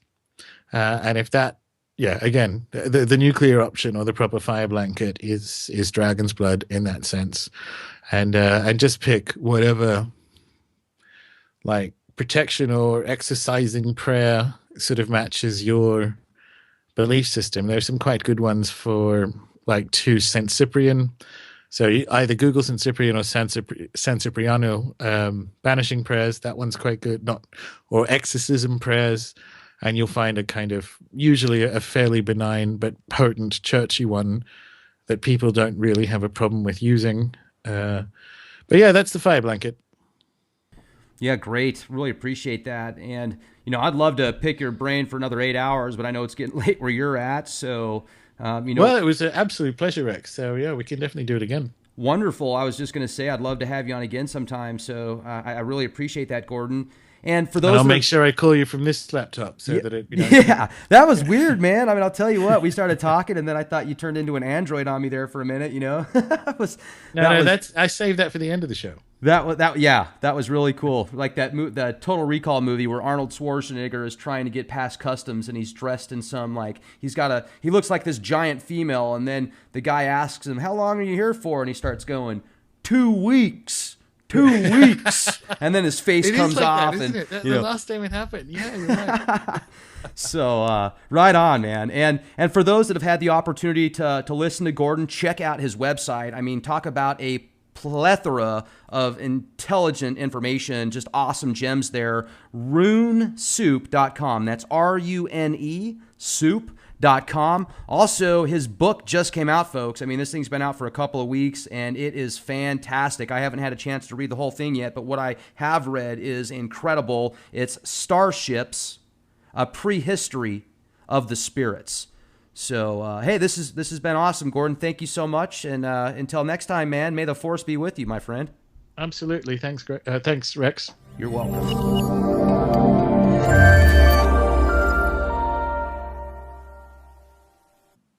By virtue of its kind of experimental structure, the sort of digital footprint of chaos magic has a lot of silliness. So I mean, I wouldn't speak if I haven't done them. I wouldn't speak to anyone else necessarily doing them. But for me, it was a worldview that allowed experimentation and intellectual exploration. But from an actual, operant magical perspective, I'm sort of reasonably conservative. It's an animist spirit model for the most part. Now, you said that the chaos magic has no room for error. You either get results or you don't. So could you walk us through something that somebody that might want to go down that path and want to see results, that they could perform in their house or somewhere to actually give them an opportunity to see what it's all about? Yeah. The simplest thing, because we'll just talk through it now, but in the sort of 6 or 7 year history of, it's more than that now, of runesoup.com, the most popular page ever is called Sigils Reboot, and it's had millions of visits.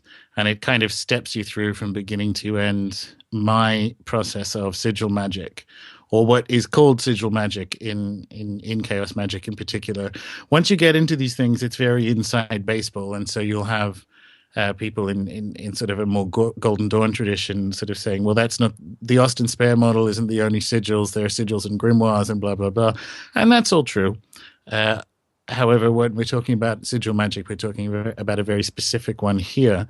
And that one's fairly simple, because you just kind of build multiple intentions rather than a single one with, letters on a piece of paper, and you cross them out, and you cross out the doubles and the vowels, and you turn them into some kind of pictogram that you then subsequently, activate. The innovations I guess I would have brought to this would be what's called the shoaling method, which is making sure you sort of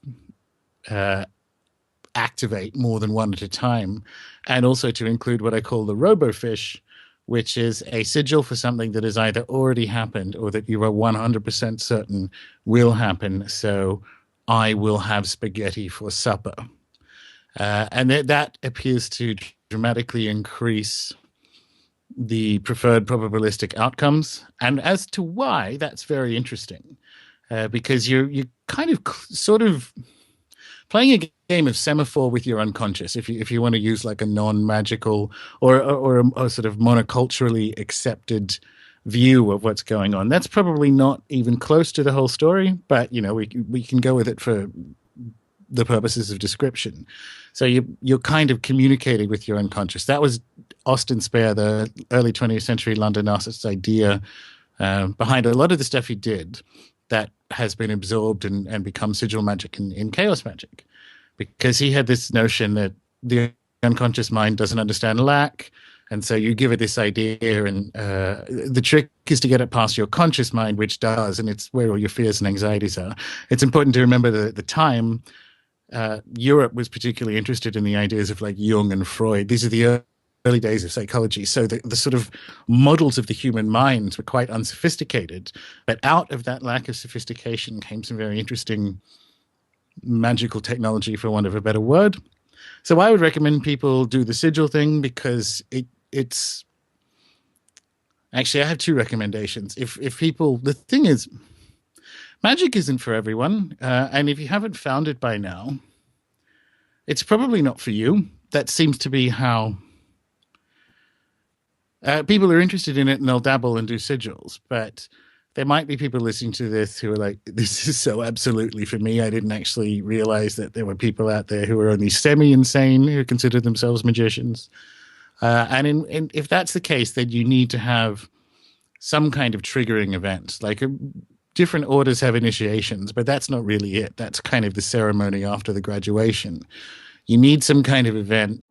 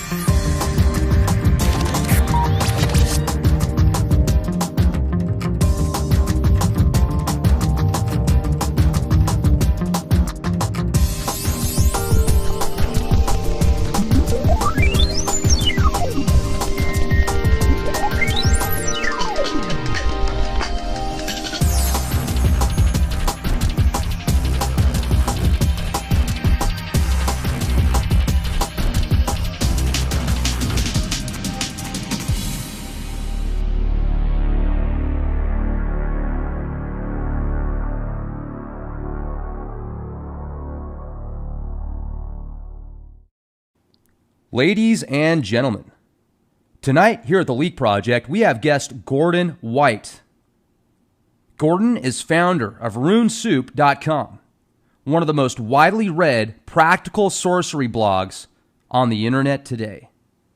Considered by many to be a magician's magician, Gordon has been crowned the Dark Prince of modern chaos magic. Mr. White's newest work, Starships, A Prehistory of the Spirits, is a text of the new magical renaissance. Mr. White brings his globally recognized data and demographic skills to a groundbreaking piece of truly interdisciplinary research, using mythological, linguistic, and astronomical data to reconstruct Paleolithic magical beliefs. Gordon maps them to the human journey out of Africa, explores which aspects of these beliefs and practices have survived into the Western tradition, and what the implications of those survivals may be. Tonight, minds will be blown. Gordon, it's great to have you on the show tonight with us here at the Leak Project. How are you doing? I'm fantastic. It's wonderful to be here, Rex. It's great to have you. I know it's about 6 hours later where you're at because you're in London right now. We talked for a second before the broadcast, and London, in my opinion, is definitely the epicenter of the globe. I think that everything kind of leads back to London, which some people call the new Rome. So just a great place to be. I haven't been there yet, but I do have family that has spent some time in the UK, and I know that just a lot of neat stuff's going on out there. But what I was hoping you could do for us, Gordon, is tell us about who you are and really what got you into some of these incredible realms of the occult and chaos magic, etc. Yeah, for sure. Well, I'm Australian born and raised. I have English family, so up until about the age of 20, I was living in a couple of places just north of Sydney and then Sydney itself, and then moved to New Zealand and was there for about 7 years, and then moved to the UK about 8 years ago.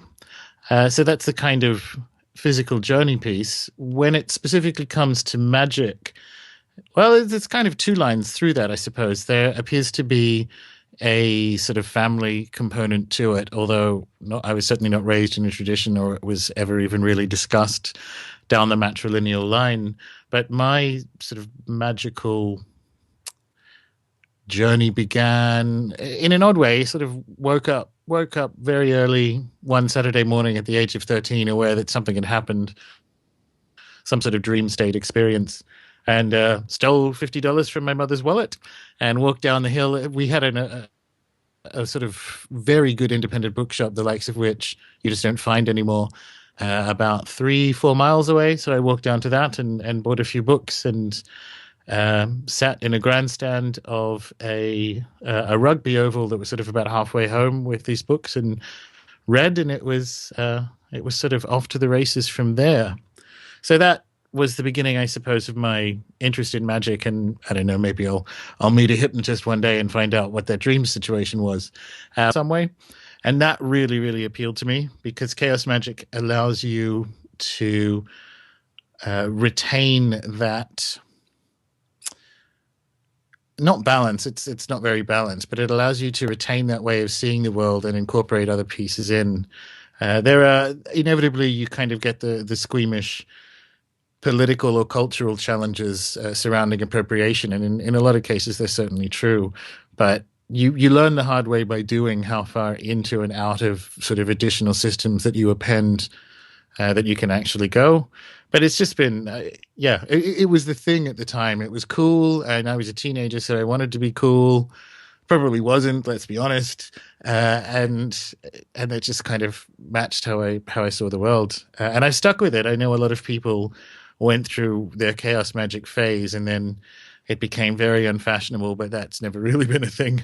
I've never really been described as fashionable, so that hasn't been an issue for me. So I kind of stuck with my shoulder pads and permed hair magic the whole way through the noughties into the 2000 teens.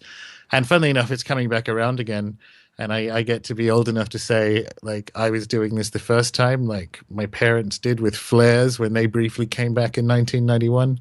So yeah, it's just been how I see the world. It's quite invitational.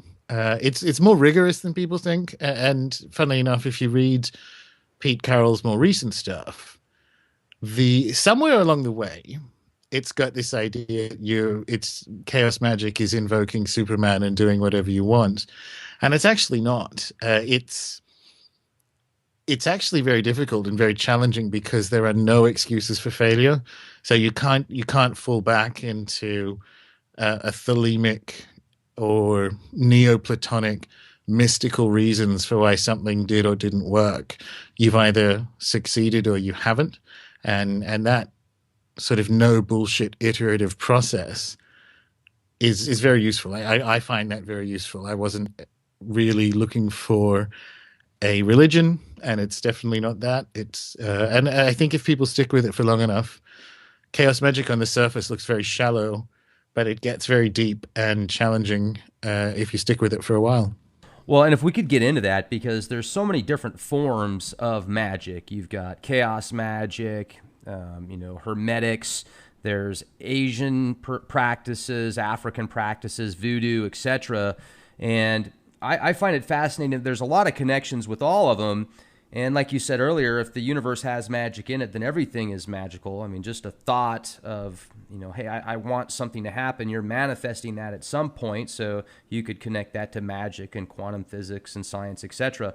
But I'm just trying to figure out like what the best definition of chaos magic is. Because when you say there's no room for failure there, when I talked to Andrea, he made it sound more of like chaos magic it could be anything. You don't need any dogmatic rituals or, any sigils or anything. It's just, it's everything. And I really wasn't able to grasp a real solid ideal or concept of what chaos magic actually is.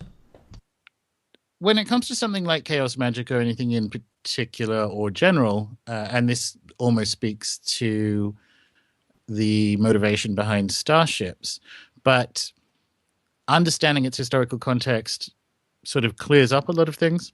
So chaos magic emerged from the sort of a group of magicians in north of England, and then some who kind of moved to London and picked up a few other people in the late 70s, early 80s, called the Stoke Newington Sorcerers, and they would just really test out ideas. The occult scene at the time was quite moribund. The OTO was a basket case of different factions and all the kind of usual stuff that orders undergo during collapse. But also just in general, the scene had kind of staggered out of the 70s with a whole bunch of astrology and Carlos Castaneda and so on. So it was really about trying out on ideas and to see if there is a deep structure behind all of them. And as for the name, it sounds all spooky now because, I mean, they did play around with, the Necronomicon and so on. But Pete Carroll kind of arbitrarily picked it because at the time, as chaos mathematics was sort of in the news and James Gleick's book called Chaos was out, he's like, well, let's call it that. It's that same sort of idea of a non-stochastic or unpredictable universe and how we can achieve an understanding of it from these sort of emerging fields of things like data science. So chaos magic is rigorous in a sense that it is looking for things that work rather than trying to sell you a particular view of what goes on. And it's very expansive as a result. And that's why once you got into the 90s and the X-Files was on TV, comics were big, that kind of thing. We kind of forget at the time that the images in culture, like you had the gray alien smoking the joint and all those kind of just depictions were there. So a lot of temporary silliness, which was allowed, was there. So path workings with Superman rather than Apollo and that kind of thing. And they're always experiments in that sense. They're a premise that what will happen, will this be the same as an Apollo path working? Will it be better? Will it be worse? Will it do anything? And for some reason or another, probably the rise of the internet, which happened at the same time, at least outside of kind of British circles, the view of chaos magic is ossified around that one particular moment in time. And interestingly, And I actually think another part of it is that Pete's earlier books, which a lot of the ideas in them, because they're 30 or 40 years old now, he's kind of disavowed. He's like, look, it was the mid 80s. I was much, much younger. Uh, they're kind of readily found online for free. And in this modern world, you have, for some reason, even when it's something as important as magic, that expectation of free. And so you have this idea, like the majority perception of chaos magic is actually quite out of date because that's the stuff that's available online. But if you look at his last, say, three books, you'll see that from a discourse perspective, he's certainly moved on and he's abandoned some ideas and picked other ones up. But the most recent one, Epoch or the Esotericon, there's none of this Superman business in there. It's basically a grimoire of actual gods until you get to the space ones, and then it's the Necronomicon stuff in there. And so I don't know. It gets people glance at it, and the other thing that happens is the same thing, funnily enough, that happens to Wicca. People have all been through their chaos magic phase, and they're maybe a little bit ashamed of themselves in it. But eventually, chaos magic is kind of like Atlanta Airport. It's not a place you stay. But it's a place that gets you to somewhere else. And some of the best magicians I know have all had their chaos magic phase, and as a result of it, have landed on the thing that really works for them and has really resonated with them. For me, the airport apparently resonates. Well, and then you're talking about the Apollo workings and the Superman. Are those specific type of exercises or rituals that you perform and it gets you to a certain mental state or spiritual status? Well, it could be. Uh, I mean, I haven't done them. I I actually haven't ever been really that interested in Superman, but yeah, like it could be that you would find. I mean, I remember them from the kind of dial-up IRC days of the internet, where people would be swapping rituals that would use instead of a wand. One is just burned into the back of my head, right? And I thought that's just not worth anyone's time. But it was a ritual that instead of a wand, used like a plastic light-up version of. Do you remember the villain from the Aladdin movie, Jafar? Oh And he yeah. had that like that snake Oh staff. yeah. It was like one of them, like use that. And I'm like, I'm probably not going to do that. But from the perspective of the story in Starships, which is about Paleolithic culture and where these ideas came from, and that whole giant question mark about humanity, I suppose, that came in around the same time, perhaps a little bit later. There are some sort of cornerstone texts which everyone who kind of cut their teeth in the 90s would remember, like Graham Hancock's Fingerprints of the Gods and so on. So that has always been there. I've been all over the Pacific and I've shot an underwater documentary at Nan Madol. So there's been a lot of sort of physical components of looking at it, but the history piece has always been there, and it's always been something that I have found particularly psychologically enriching, but also probably a bit important. So yeah, that's where all that began, I guess.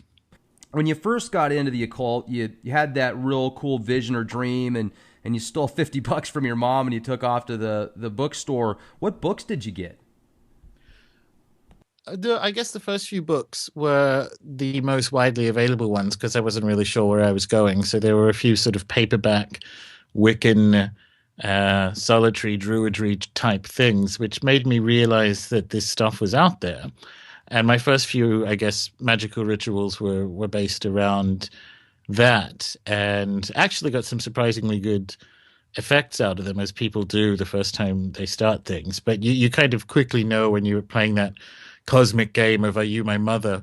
That this isn't really the road for you, and then kind of moved through.